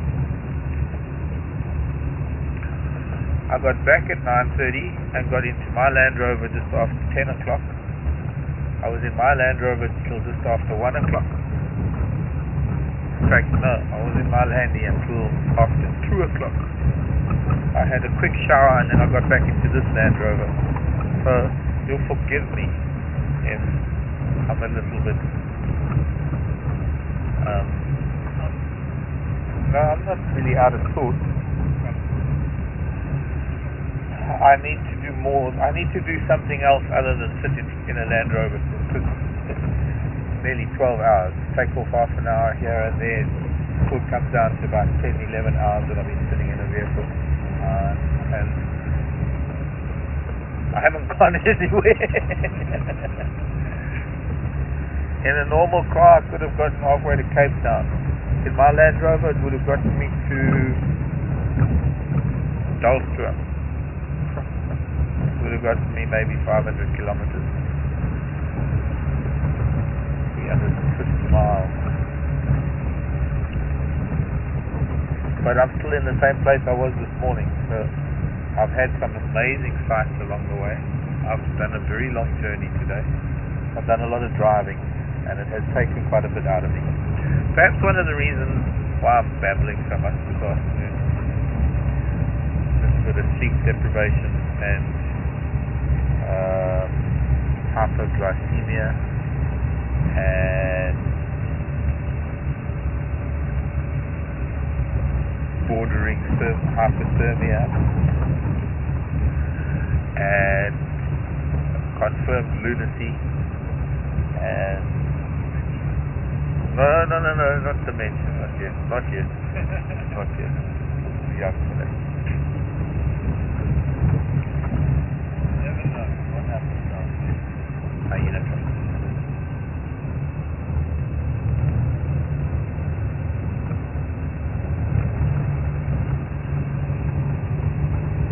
Now, it wouldn't be so bad if it wasn't for yesterday. I did almost exactly the same thing. I spent at least 10 hours in a Land Rover yesterday. So I'm a little bit Land Rover weary today. Never thought I'd say that. In fact, I shouldn't really say that, because I could spend all my life driving around. But it's some of the, I don't know, go to Equinox yesterday. I shoot through. We had a long morning because of the leopards. Shoot through the Equinox because I only got 2 more days to pick up a bank card that I need because I don't carry cash, and when I buy things I need my bank card. And I get to the bank and I get to Equinox and Africa strikes. There's a power outage in the entire town. The bank's closed its doors and locked it, and there's a queue from here to next week standing outside the doors, all with their pay slips and their little envelopes and their ID books, and everybody's standing in a long queue line. We call it a queue, you call it a line. I know queue isn't a straight thing, it's a round letter, but it's a QU. Anyway, didn't have a very good sense of humor after that, having gone away to Equinox. Needless to say, tomorrow's the last time. Otherwise, they've got to issue a new one, and I've got to wait a few weeks until that. Bank, my nemesis. Bureaucracy, red tape.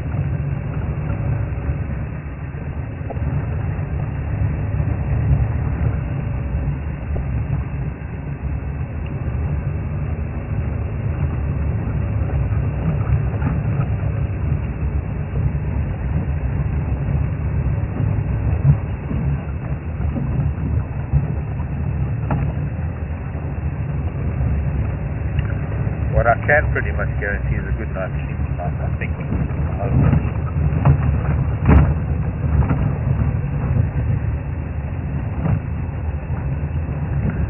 already thinking of being horizontal. Book in hand, reading maybe 2 lines of script before the book falls on my face and I fall asleep. Yo, buena Aaron. Gena.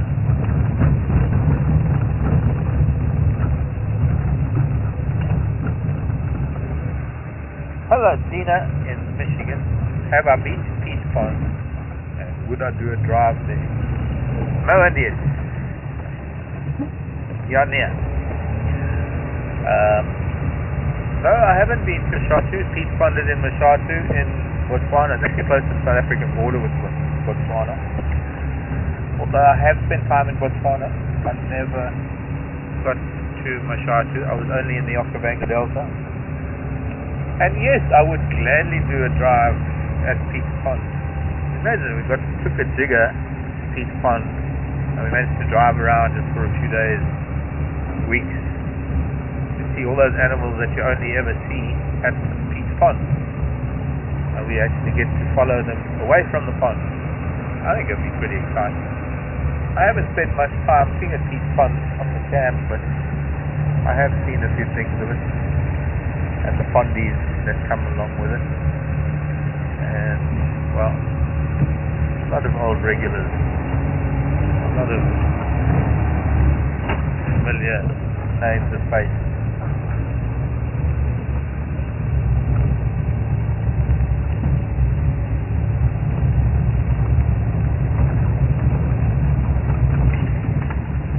Potato bush again. Zebra. Hello, Mangwa. Where are you off? You're going down to the pond to drink water. Just grazing. I think this might be our local yokel. Maybe not.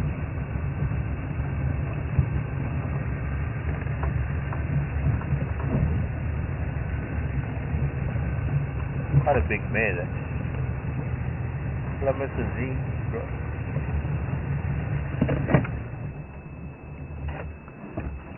Hello.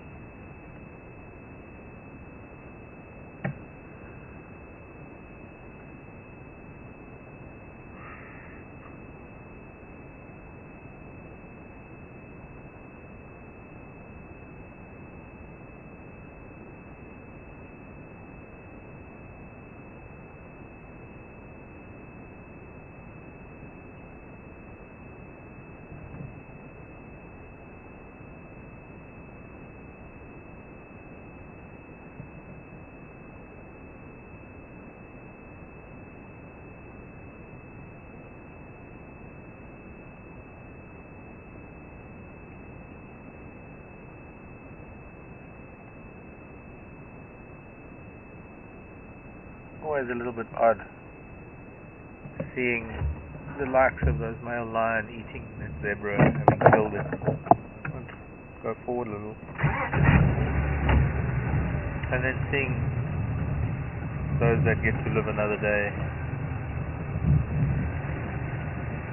Is that good? Fish? Or is that marula in the way now? Yeah.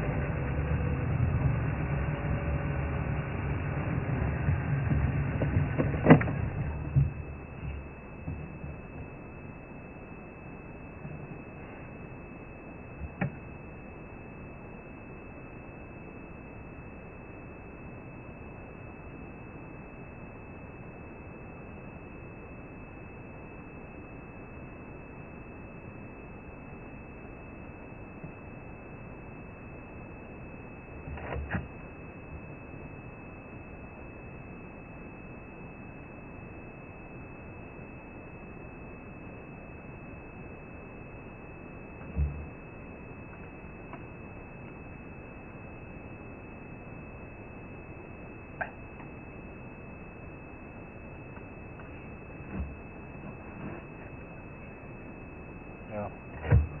Another way of being able to hide. Are you going to eat some leaves? Unusual. Puzzle bush. The Mayarua that it's eating from is known to be very high in protein. Those leaves, very nutritious.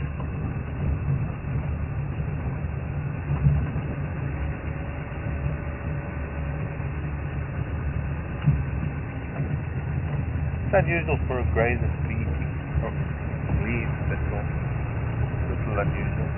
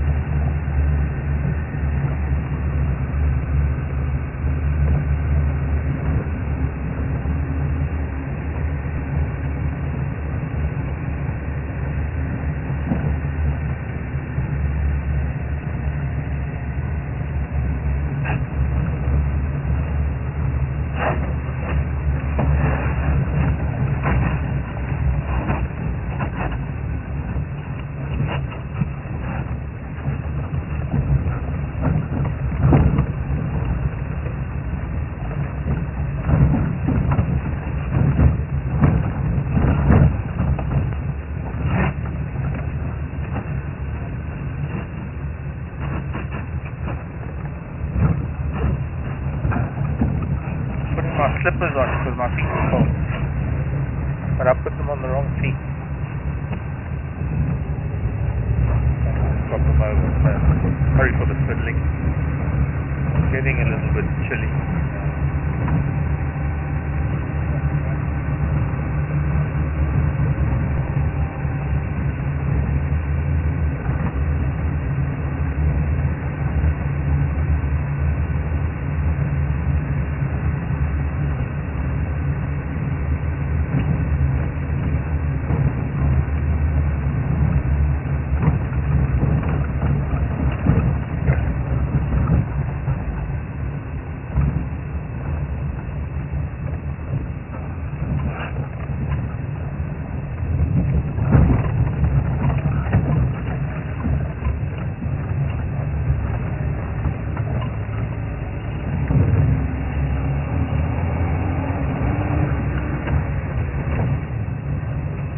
Recently we had Venus and Mercury together.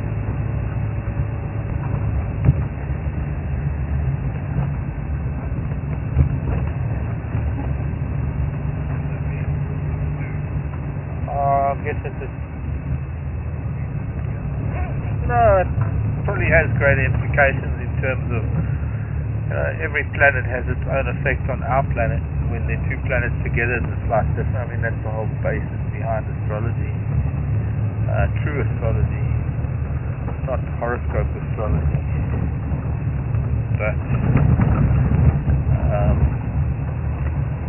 each planet having its own effect on our planet, and when there are 2 or 3 planets aligned, then it has a different effect. I think it's, for me, it's one of the very defining factors of the biodiversity of the planet, that everything is governed in some ways by the effect of the moon and the sun and the stars and the planet.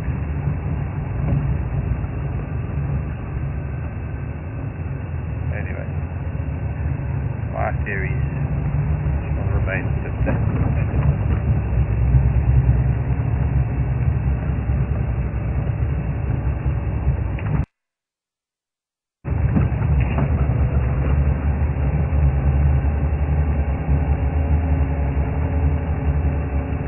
I just want to see if Billy's up here.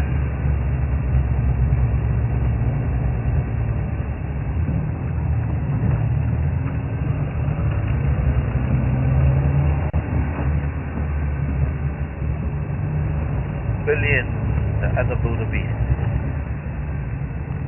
That's a nice name for a rock band. Billy and the wildebeest. Come on, somebody. Billy and the wildebeest for a blues band. Billy and the wildebeest, big blues band. Couldn't get a better alliteration than that.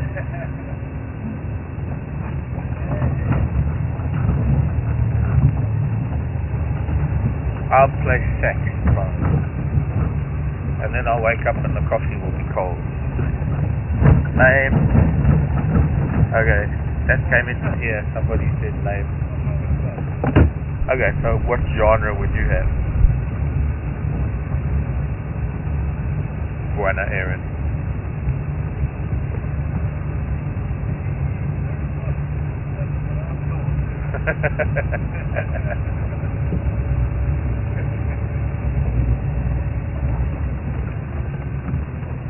Country and West. No, I'm saying Aaron. Aaron, yeah, he does. I'll often hear him part of the tune.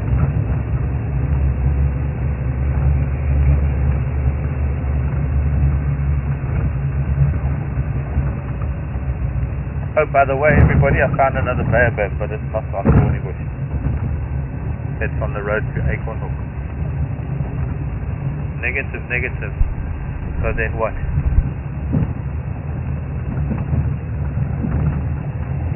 What should I say? So what then? So then what? So what then? Dubstep. How are you going to play a dubstep? No, it's none of that. You can't have Billy and the wildebeest, the dubstep band. It doesn't really work. Sorry.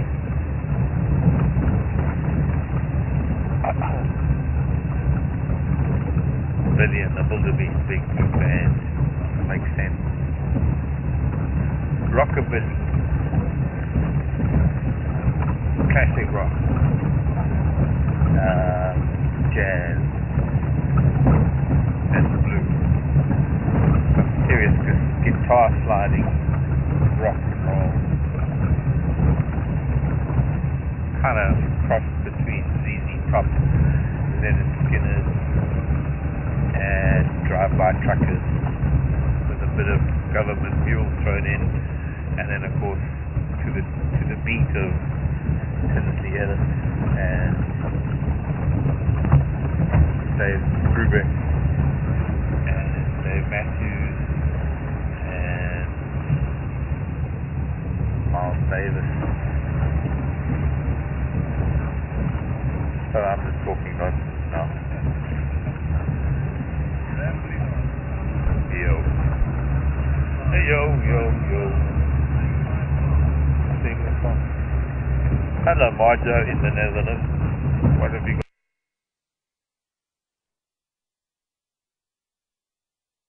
got for me, Marjo?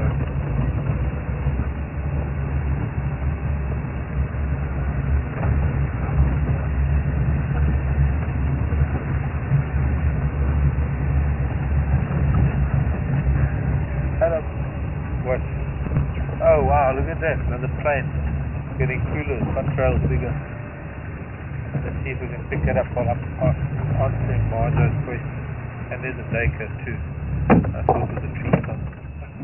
Anyway, it might be time to answer a question and say goodbye. Marjo, Where the females and the cubs, I don't know. Nobody's found them today. They had tracks, but I think somewhere on Jackalberry I'm not even going to say because I don't really know. If I say something, I'll probably make it up because no, I haven't heard whether they haven't found them. Definitely haven't found them.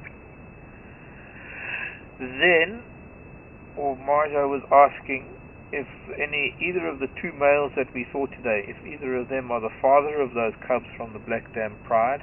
And no, the young male that we saw is the brother of the mothers of some of the cubs,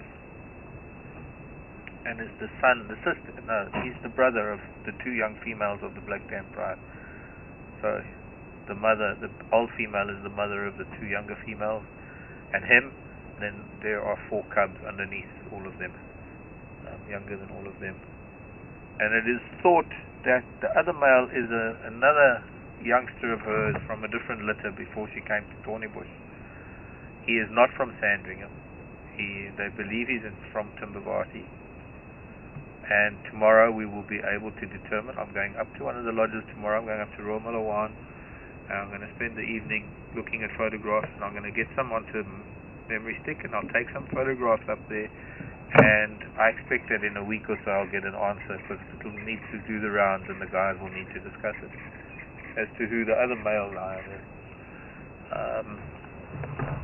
Are you getting that little boy ducker as well? Or no, he's too dark. Behind the bushes. So that was another international flight with a pink contrail. And then Marjo was saying that when Marjo was here, she heard a mention of a lion by the name of Marvin. There we go. But I'm white. And Marvin is a male lion from way up in the north, in the northern part of Thornybush. He has come down this way on occasion. But I suspect rather that his presence is what has caused our young male. You know, Lionel. I've named him Lionel, or I'll refer to him as our young male, because we've had him around here quite a lot. The son of the Black Dam female, the brother to the females that are the daughters of the. It's going to confuse everybody with all of this. There's a sting in my ear. Actually, I don't need it because I'm saying goodbye anyway. I don't listen to anything else. So where was I? This big male, that when he comes down here to talk to some of these females and test them for estrus, that's when the young male comes down here, our male. And it would appear that this other male has come in as well from the Timbervati somewhere, and he's possibly an older brother. So it's also possible that they'll form an alliance, that they will become a coalition. Speculation, very much like I was speculating what was going on when he was on his own and he was calling all of that time and the females weren't answering him. This is very much the same thing, is that we can speculate, and then of course what's going to happen is, what really happens is something that we never even thought of to begin with, because how nature works. I don't think we'll ever get to see Marvin. I'm not sure. We might be lucky, but this is a little bit too far south for him. You know, lions who have a territory, they don't go wandering out of their territory. And he might incorporate the Black Dam female, this Marvin, in his territory, and I have no doubt that he is most likely the father of these new cubs. No doubt. In fact, I'm 100% sure that he's the father of the 4 cubs that are part of the Black Dam Pride. But I don't think he's the father of this young male we're now calling Lionel, or his brother, or his sisters. And obviously, because the sisters are adult, they've had their own cubs, he's okay with them, but he definitely wouldn't be okay with any young males in his territory, which is one of the reasons why these two are probably down here right now. So, the joys of living here for another month, hopefully, is to be able to follow them and to find out some of these answers to what is happening with these lions. And the only way we will know is by following them, and time will tell. Because there's certainly no guessing. Whatever we guess will definitely not be the answer.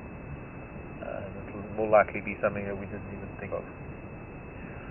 So it's getting dark. I'm fading away into the blackness of your screen. Brian's been on camera. and Aaron in final control, and from all of us here at Thornybush. It's been a lovely afternoon. Not too much action. I'll pick up on that story tomorrow. I hope you're going to join us 6:30 Central African time. And well, from me, Mark, bye bye.